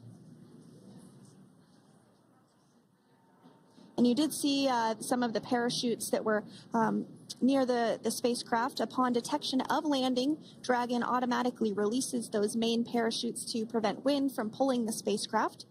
Dragon then automatically safes any pyrotechnics that may still be present on the vehicle and may automatically perform additional minor system reconfigurations. The astronauts will remain seated and in their suits at this point, but the onboard air conditioning keeps things temperature controlled inside the spacecraft so the crew remains comfortable, and the communication systems... Freedom, SpaceX, ComCheck. SpaceX, this is Freedom. Yeah, loud and clear. Copy that, Freedom. Have you loud and clear as well, and Dragon to Ground is no longer private. Understand, thank you. As we saw there on the screen, we have a couple of fast boats in the recovery fleet that have quickly moved into the splashdown location. They are being followed by one of the main recovery vessels, which will move into position upwind of the spacecraft. The two fast boats have very specific roles. Excuse me. The first approach is focused on immediate safety inspection, as we saw. They do this for spacecraft integrity and checking for any presence of those hypergolic propellant vapors. And this ensures that it is safe for the recovery vessel to approach Dragon. Once Dragon is cleared for full approach, as we heard is the case today, the team begins rigging the spacecraft for water recovery by the recovery ship. The second fast boat is responsible for parachute recovery and also serves as a redundant boat to the first one that makes the initial approach to the Dragon spacecraft. As we saw a little bit earlier, we were also able to see one of the recovery team members get on a jet ski to help gather up the parachutes that were automatically detached from the Dragon spacecraft upon splashdown. And it will take a little over 10 minutes for the recovery crew to complete their safety checks. Once complete, the team will begin preparing Dragon to be lifted, and as you see, they are preparing for that to take place at this point. As part of the preparation for this lift, one member of the recovery team has climbed on top of the spacecraft already so they can attach Dragon's hoist rings and connect to the lifting lines. It will take us less than an hour to raise Dragon to the recovery boat and remove the crew from the spacecraft. After medical checkouts, the crew will return to land within 4 hours by helicopter. And if no additional medical assistance is needed, the crew will board a waiting NASA plane and depart for Houston.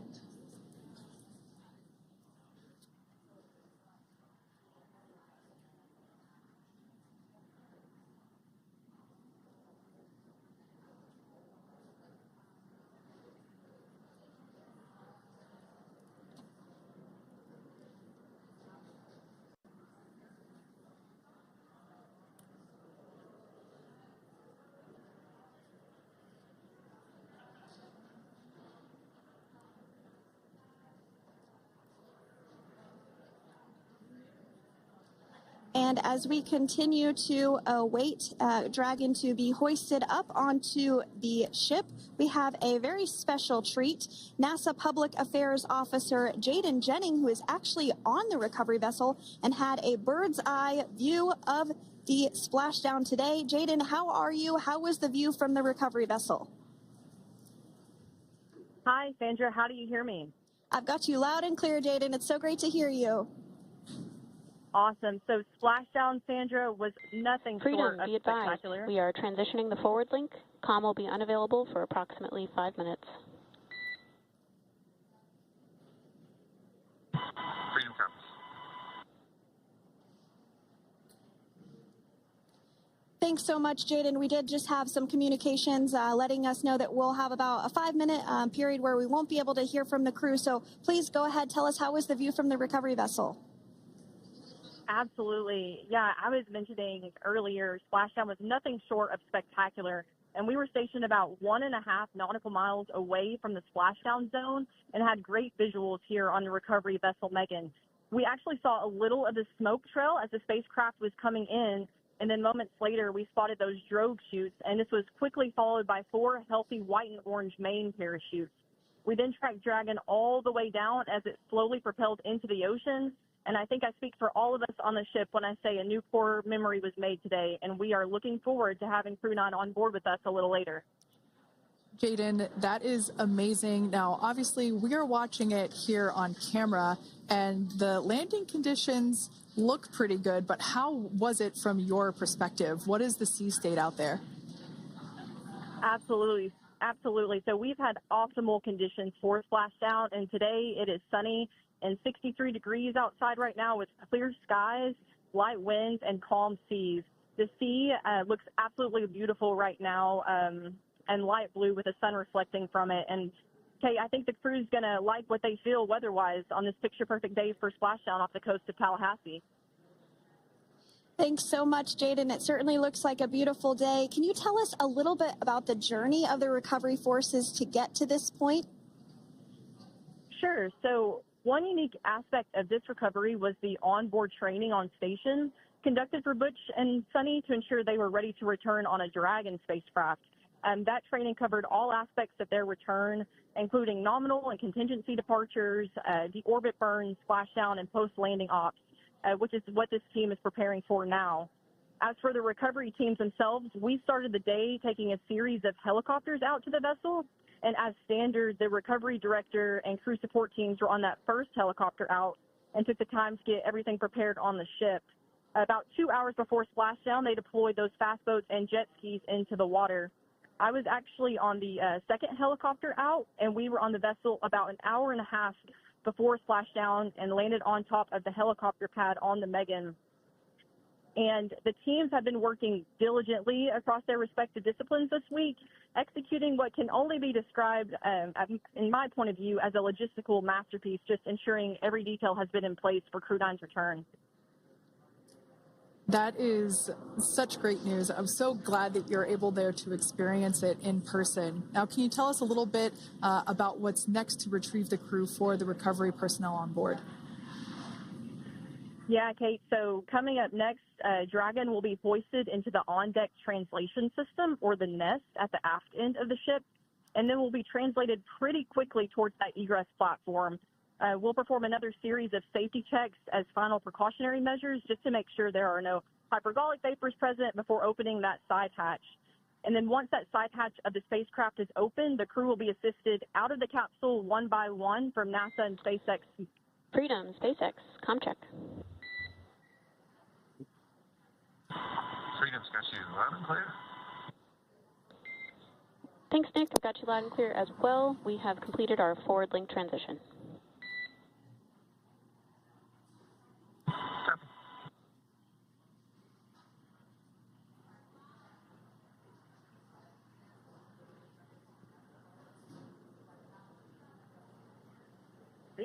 Copy.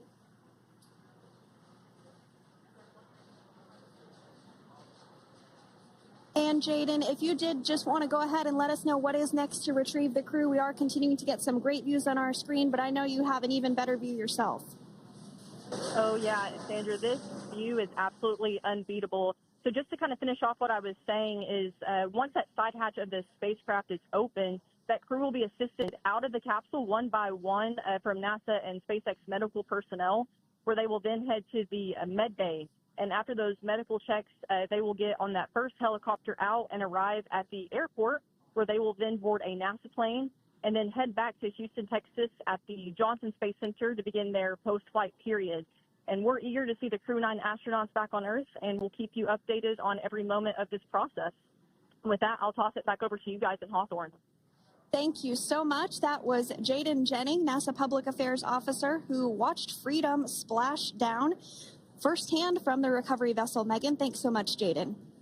So we are continuing to get these great views on our screen here of Freedom. As we mentioned, it splashed down at 2:57 p.m. Pacific time off the coast of Tallahassee, Florida. The recovery personnel are continuing to step through procedures to hoist Dragon onto the recovery vessel Megan there, which is now coming into view. You can see just how close Megan is at this point, and that's that helicopter pad that Jaden was just discussing, where the crew will fly off of onto the coast of Florida, and then eventually they'll fly back to Houston. Just underneath that helicopter pad is that translation deck where we will see the nest once it is loaded up with the Dragon spacecraft on board. The nest will be translated to the forward end of the recovery vessel, and that is where our Crew-9 team members will egress from the Dragon spacecraft. Now, here on your screen, we can see dolphins, actually, who want to come and play with Dragon. Now, one of the fast boats there in place, working to assist the recovery team member. It's incredible. I just love these views. We really see them even better in daytime, but just seeing the recovery team work in tandem to step through each step, to step through each operation. Obviously they're getting quick assists from the honorary part of the recovery team, those dolphins in the water there. Now, the recovery team member that is crawling around the Dragon spacecraft. Earlier we saw a view where it was like a spider monkey pose. We can see that individual now standing in the bucket where the main parachutes were stored while Dragon was on orbit. Obviously, those main parachutes were utilized for splashdown today. They were deployed and cut from the Dragon capsule, and one of the other fast boats of the recovery team working to pull those out of the water.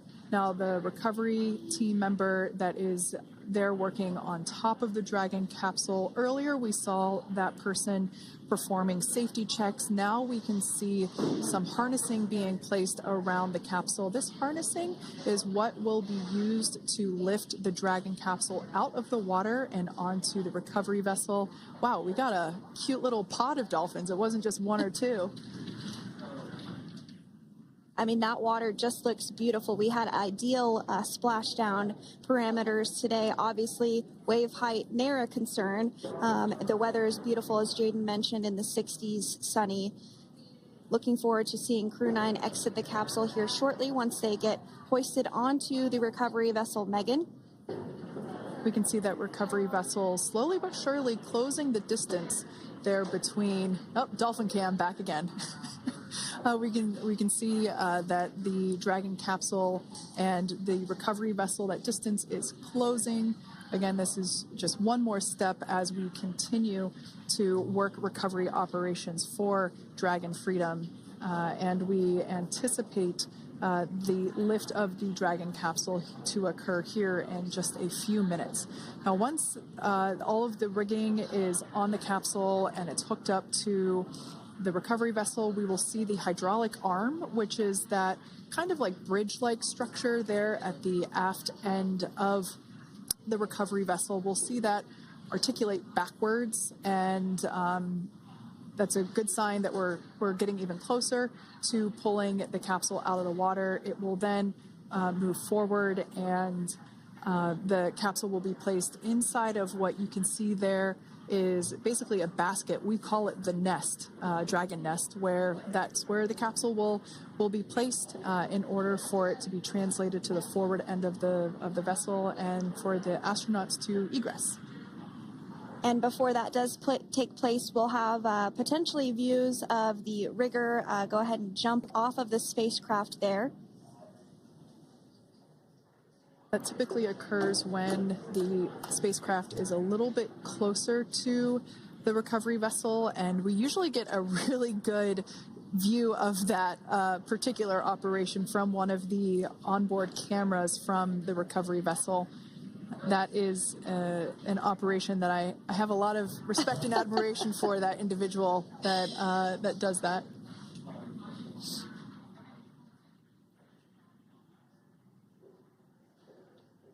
So again, Dragon continuing to get closer and closer to the recovery vessel, Megan. You see some of those ropes now coming into view as well. If you are just joining us, Crew-9 splashdown off the coast of Tallahassee, Florida at 2:57 p.m. Pacific time with NASA astronauts Nick Hague, Butch Wilmore, Suni Williams, and Roscosmos cosmonaut Alexander Gorbanov. They're now working through procedures to hoist this spacecraft up onto the recovery vessel Megan. We just saw that hydraulic arm get lowered into the lifting position. That arm will be the mechanism that is utilized to lift Dragon up and out of the water and into the nest located there at the aft end of the recovery vessel.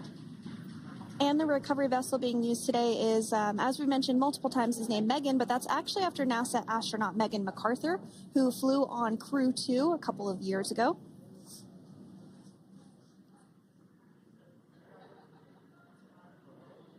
We're getting some views now from actually inside the boat. Yeah, you're exactly right. This view is straight down the recovery vessel. That platform that was closest to the camera, that is the egress platform. Freedom, rigging is almost complete. Approximately 5 minutes until capsule lift. Great news there from SpaceX Core. So about 5 minutes left until we see Dragon Freedom get lifted out of the water. That hydraulic arm, as I said before, is the mechanism that will lift it. It's quite swift, actually, the whole process of getting the spacecraft. Brace for capsule lift. Bracing.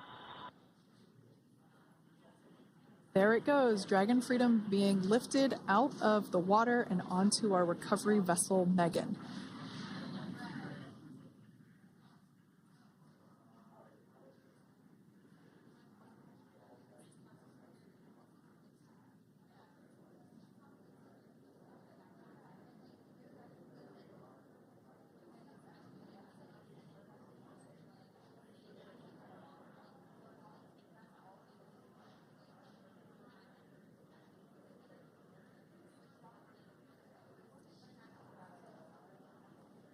So once securely on...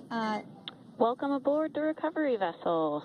Recovery personnel are completing final checks and stand by for translation to the egress platform. Freedom copies. Great news there, letting us know that Dragon Freedom has been successfully recovered from the water's surface. If you've just joined us, we had an on-time splashdown at 5:57 p.m. Eastern Time, and we can now see that the water recovery operations are continuing to progress. The nest where the Dragon spacecraft is located is going to get moved forward. This will happen after one of the recovery crew members does some checks, and we'll also see some hosing. Obviously, the spacecraft splashed down in salt water. Salt water is corrosive, and we want to try and rinse out as much of the salt water as possible to reduce that corrosion on the metallic structures. So we can see some guidance there being provided, really steering the spacecraft properly into the Dragon's nest. And it's been 30 minutes since Dragon splashed down, and as you can see there, the spacecraft is already on board the recovery vessel Megan. Things continuing to move very smoothly today throughout the entire operations from the deorbit burn up until this point as well. And Freedom, it looks like the positioning wasn't quite right, so they are working on repositioning the capsule in the nest now. Okay, copy that. Thanks. And with that, the team is just going to adjust the Dragon spacecraft a bit so that it's in the right position ahead of translating up a little bit closer ahead of the side hatch. So the team is now going to step through the procedures to ensure that that takes place. While Dragon does fly itself autonomously, it clearly is unable to park itself autonomously. We want to make sure that the Dragon capsule is properly seated there in that nest.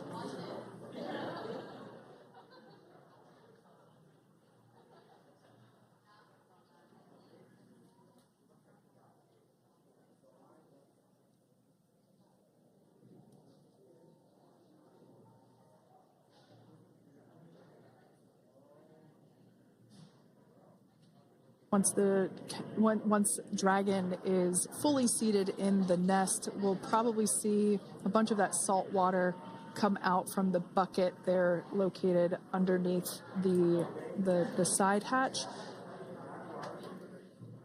See some salt water splash out. As I mentioned before, one of the recovery team members will begin hosing down the exterior of the spacecraft.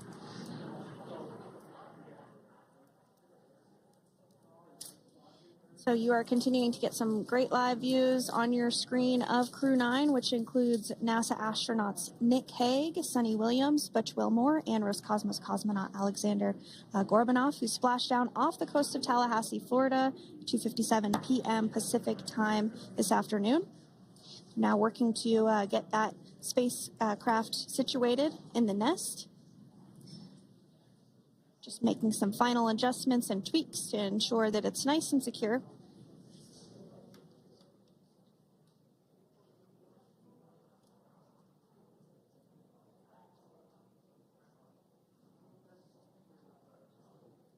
Once the spacecraft is seated and secured and oriented correctly in the nest, Dragon will be moved into the hangar located underneath that helipad that we saw earlier from the aerial views during recovery. All right, Freedom, looks like you are settled into the nest now. Team is working through hypergol sweeps. Copy.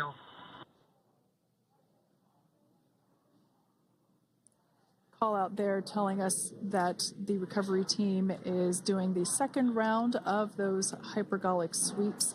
This helps ensure that everyone, all the recovery team members that are located basically right where this camera is located on, towards the forward end of the recovery vessel, that they will all be safe once the spacecraft is translated forward. So we're just doing some additional steps to make sure that the hypergolic propellant that is utilized for maneuvering the Dragon capsule while on orbit, making sure that none of those vapors are still present on the exterior of the capsule.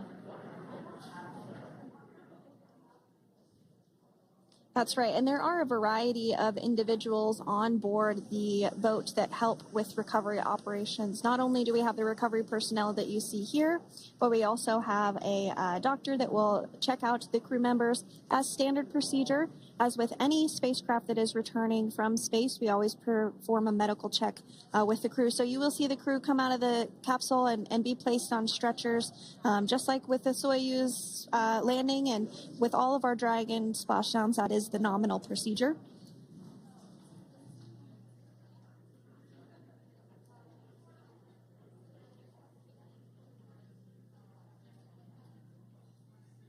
We'll stand by to see Dragon Freedom translate or scooch up a little bit closer to the camera angle that we're seeing right here. And then teams will step through procedures to get that side hatch opened. You see it right in the dead center of your screen there. It's kind of that rectangular shape. It has not been opened since Crew-9, which include Nick Hague and Alexander Gorbanov, launched back in September from the Kennedy Space Center in Florida. So that will be the very first time that hatch is opened. Once docked to the International Space Station, crew enter through the top hatch, which was where the nose cone is now closed. That's the hatch that they actually utilize to go ahead and get inside the International Space Station.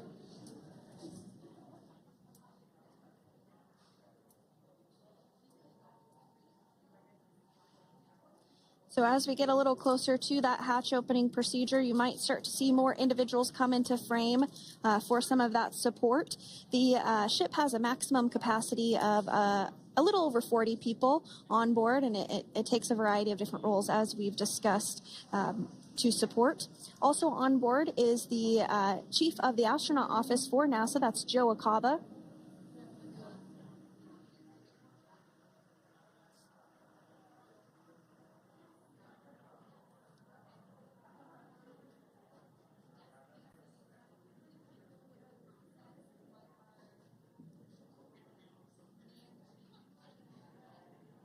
Now, while we are standing by for translation of the Dragon spacecraft to the platform there, the recovery platform that we see in the foreground, it is important to note that Nick, Suni, Butch, and Alexander will be getting assistance from the recovery teams while exiting the spacecraft. This is the same process for any returning long-duration crew members. As you could imagine, returning to a gravity environment can wreak havoc on our vestibular system, which is responsible for maintaining balance and motion. Of course, safety is our #1 priority with this operation, so we'll see the crew members helped out of the spacecraft one by one, and they will be assisted the few feet to the medical quarters aboard the boat. And on board Dragon are 3 veteran space flyers. That includes Nick Hague, the commander, as well as Butch, Wilmore, and Suni Williams. Alexander Gorbanov is completing his very first space flight on this mission, and he completed 171 days in space along with Nick Hague.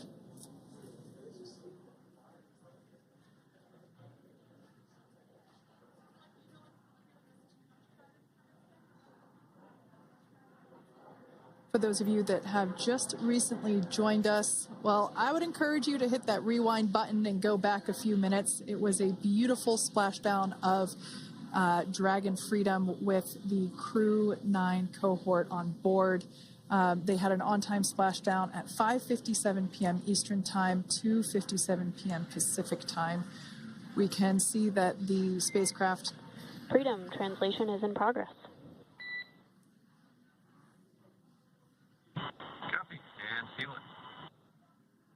We can see that spacecraft was successfully recovered from the ocean surface and is now being washed with fresh water, as obviously they splashed down in salt water. So we're trying to rinse off as much of that salt water as possible.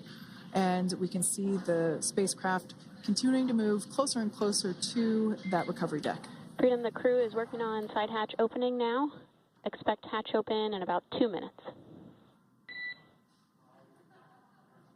Okay, copy that. And Kira, just wanted to say that you guys, you and the team did an awesome job, both uphill and downhill. Just really impressed. Thank you. Thanks, Nick. It's been an honor. This is a pretty exciting moment coming up. We are working to open the side hatch. One thing that may not be obvious from, just looking at the spacecraft here is that this side hatch that we're about to open, the last time it was open was when this spacecraft was at the launch pad. This side hatch is what is used for initial capsule ingress and final capsule egress, but all comings and goings from the spacecraft while it is on board the space station are from the forward hatch, which is located at the top of the spacecraft under that nose cone. So this is a pretty exciting moment because it will be the crew's first breath of fresh air since boarding their ships at the start of their journeys last year. And the very first person that will have the opportunity to say hello to the crew once that hatch is open is a SpaceX medical recovery personnel representative. Then we'll see procedures take place to remove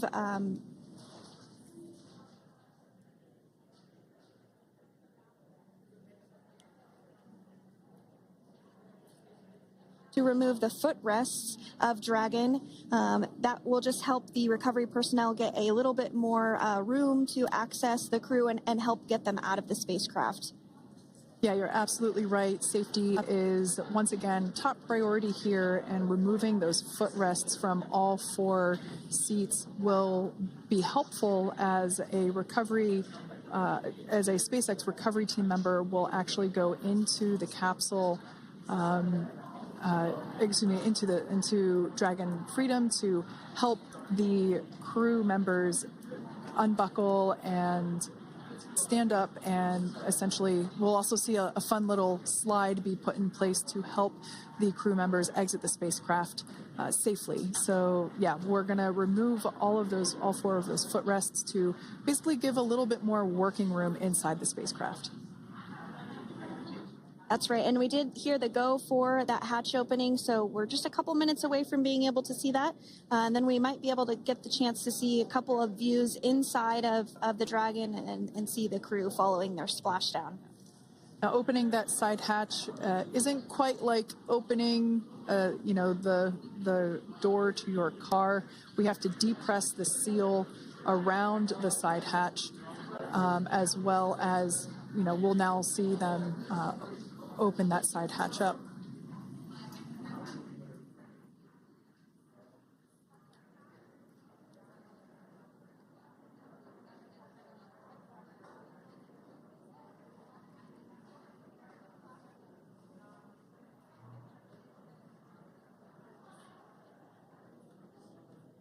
And there you have it. The side hatch is open for the first time since September.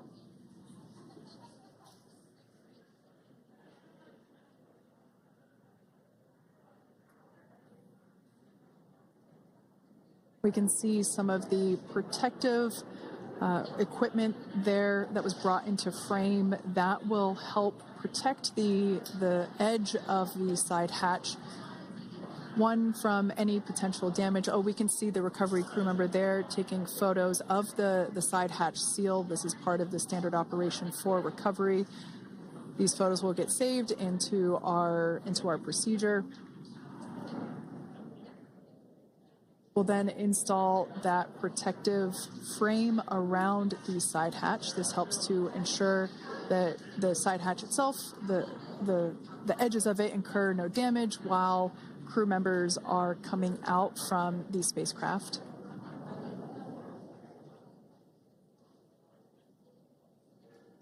If you missed it, there was also a recovery team member that went inside. So there are now 5 people on board the Dragon spacecraft.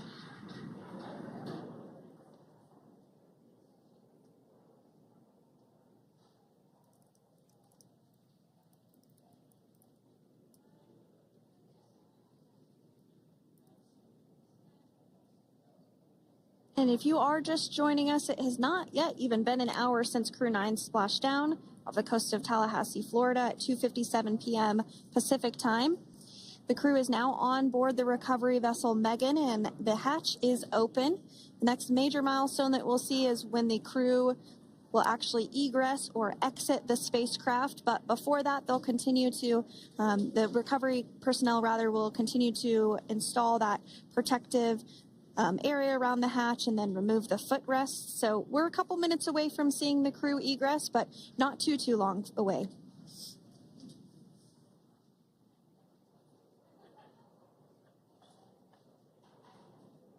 We'll probably see those footrests being handed out here in the near future, as I mentioned before.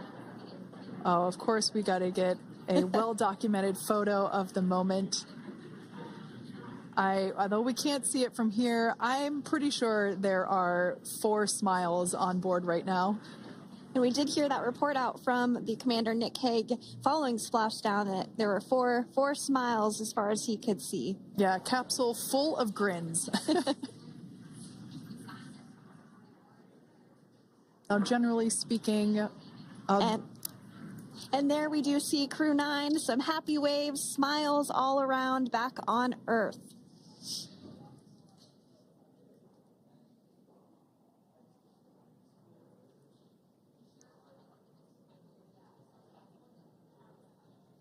Generally speaking, we have the individuals in the 2 center seats of the spacecraft exit first. You might hear us refer to this as the exit process as egress. It's just another term for exiting the spacecraft. Generally speaking, we most of the time have the 2 center seats egress first, as it makes moving around inside the capsule a little bit easier.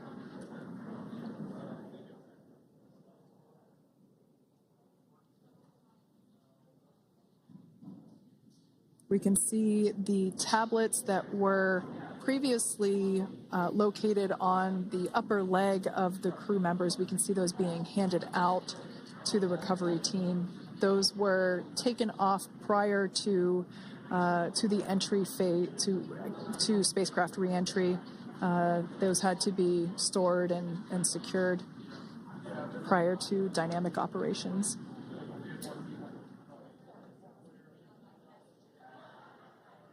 It looks like we are starting to see the footrests also be removed. I just saw one there on the screen. There are 4, of course, 1 for each crew member.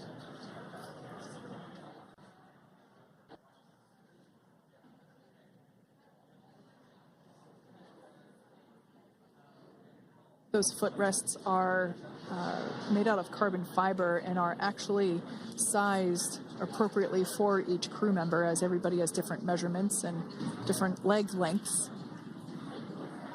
Same goes for the armrests and the bucket length of each seat. We size those appropriately for the crew members and to ensure their comfort and safety. I believe we just saw the little ramp that is used to help slide the crew members out from inside the spacecraft. And once the crew does exit Dragon Freedom, they will be placed on to a stretcher to go to a medical bay for medical checkouts. This is standard procedure for all Dragon spacecraft flights that splashdown crewed, as well as for our Soyuz spacecraft that land in Kazakhstan.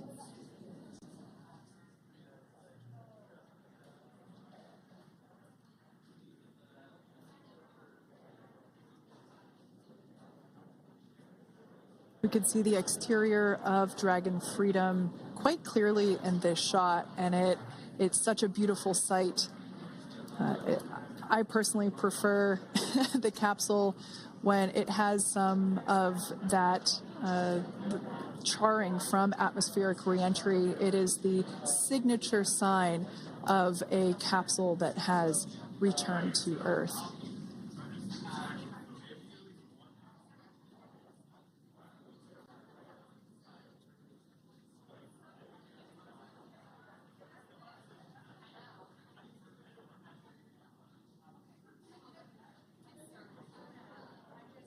Continuing to stand by for our first crew member to egress or exit for Dragon Freedom following their splashdown at 2:57 p.m. Pacific time. Dragon undocked from the International Space Station at 10:05 p.m. Pacific just yesterday, so it was about 17 hours of phasing.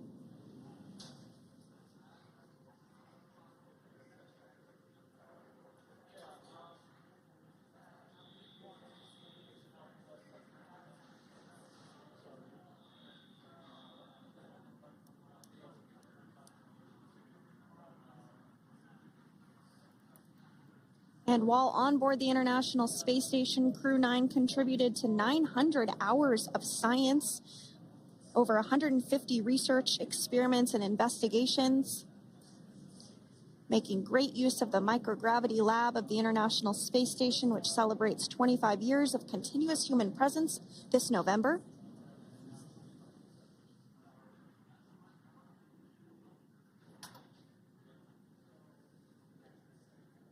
Looks like we're about to get our first crew member here upon egress of the Dragon spacecraft.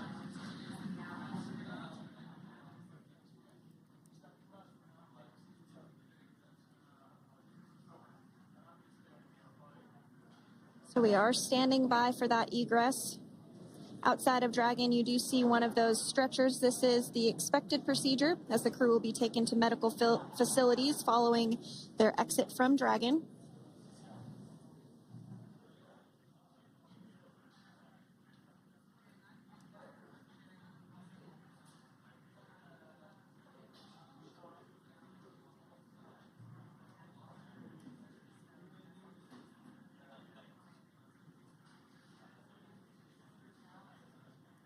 We can see folks on board clapping as our first crew member. And that is NASA astronaut Nick Hague, commander of Crew-9, now out of Crew Dragon Freedom. Some smiles, thumbs up, and a wave. Can't get any better than that. Yeah, that is one happy camper, that's for sure. As we said before, it is standard procedure for all of our long-duration crew members to receive assistance upon egressing from the spacecraft. We basically help them move off of the recovery deck and into the private medical quarters for their initial consultation with the SpaceX flight surgeon. So we'll see that take place for all 4 of our crew members today.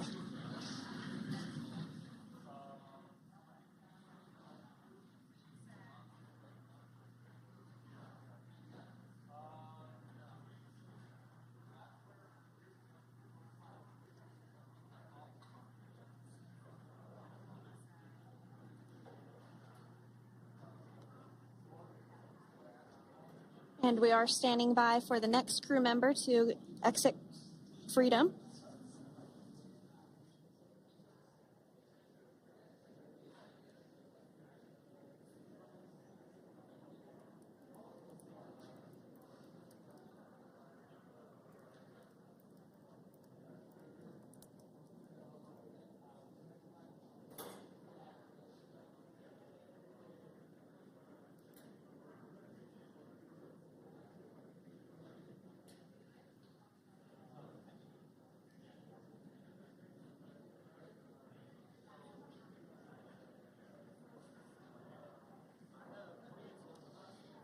Next up, out of the capsule, we expect Roscosmos cosmonaut Alexander Gorbanov.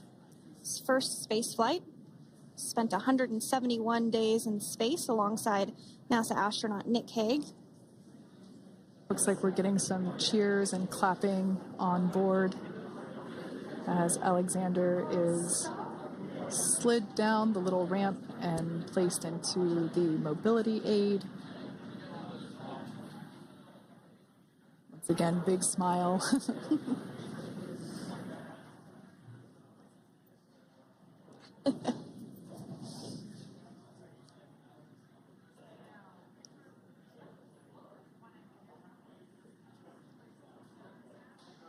Now, the 2 crew members remaining in Dragon are NASA astronauts Suni Williams and Butch Wilmore.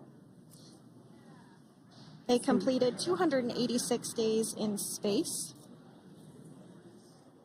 One of the remaining footrests being removed from the Dragon spacecraft.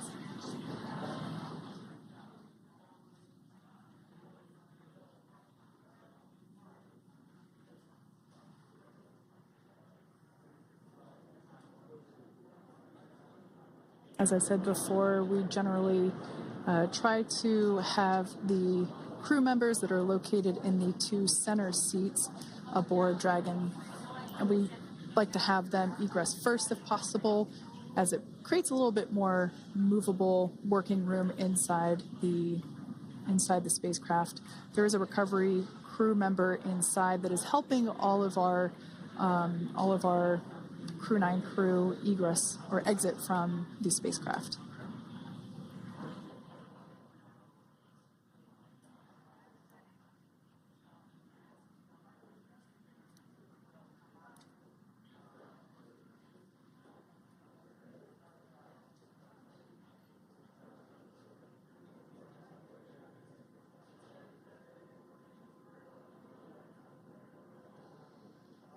We are standing by for the next crew member to egress or exit Crew Dragon Freedom following the splashdown not even an hour ago at 2:57 p.m. Pacific time.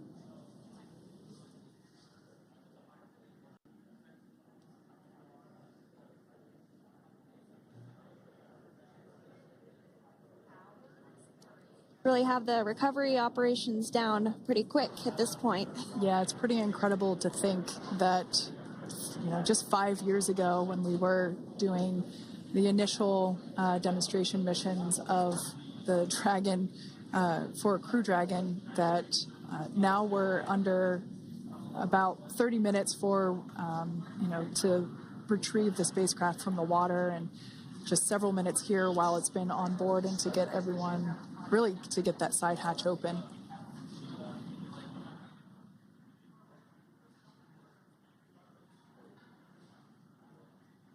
For those of you that have just recently joined, the Dragon had an on-time splashdown. It looks like we're getting our next crew member here.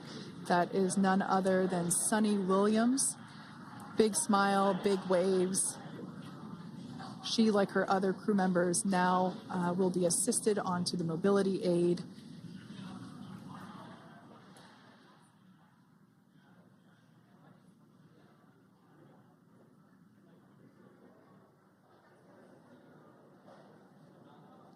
There we have it, some waves, some thumbs up, and some smiles. Definitely seems to be a theme among all recovery operations. Absolutely. And of course, that leaves NASA astronaut Butch Wilmore inside Dragon in seat 4.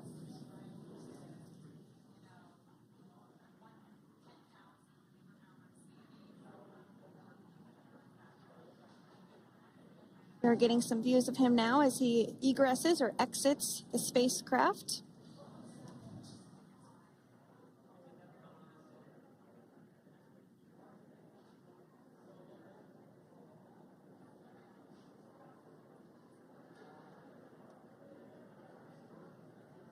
Once again, some elation and cheers there from Butch Wilmore. As we mentioned before, returning to Earth coming from a microgravity environment can wreak havoc on the body. So it is customary and just standard procedure for all of our long-term space residents to get assistance once they are back on board the recovery vessel.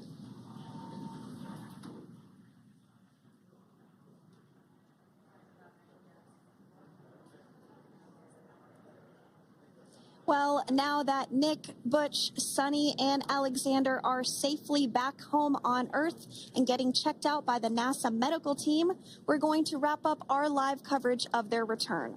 The Crew-9 mission began a little differently than usual since Butch Wilmore and Suni Williams were already aboard the space station when Nick Hague and Alexander Gorbunoff arrived on the Crew-9 spacecraft in September. Having arrived as the crew flight test crew for Starliner, Wilmore and Williams were fully incorporated into the space station's Expedition 72 team and began research and other work aboard the station along with the other crew members. Williams commanded the orbiting laboratory for much of the expedition. After a successful liftoff and separation from Falcon 9, Nick and Alexander made a short flight on board Dragon to the International Space Station. Veterans of long-duration space station missions, both Williams and Wilmore conducted spacewalks during their 9 months in space. Like all crews on the station, Crew-9 had the ability to leave at any point had there been an emergency. With their full duration mission coming to an end, the crew began packing up their personal items for their return to Earth about a week ago and worked through tasks and shared lessons learned with Crew-10 teams as they arrived a few days ago. Their journey home began about 17 hours ago when they closed the forward hatch to Dragon and undocked from the space station at 10:05 p.m. Pacific, 1:05 a.m. Eastern.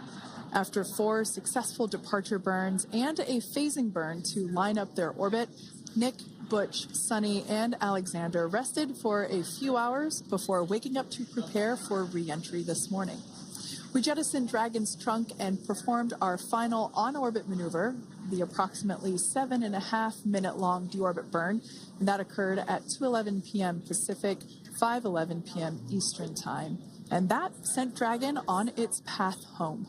The spacecraft re-entered the Earth's atmosphere and slowed its descent with successful deployments of 2 drogue parachutes and 4 main parachutes, with the final splashdown occurring off the coast of Tallahassee, Florida at 2:57 p.m. Pacific, 5:57 p.m. Eastern.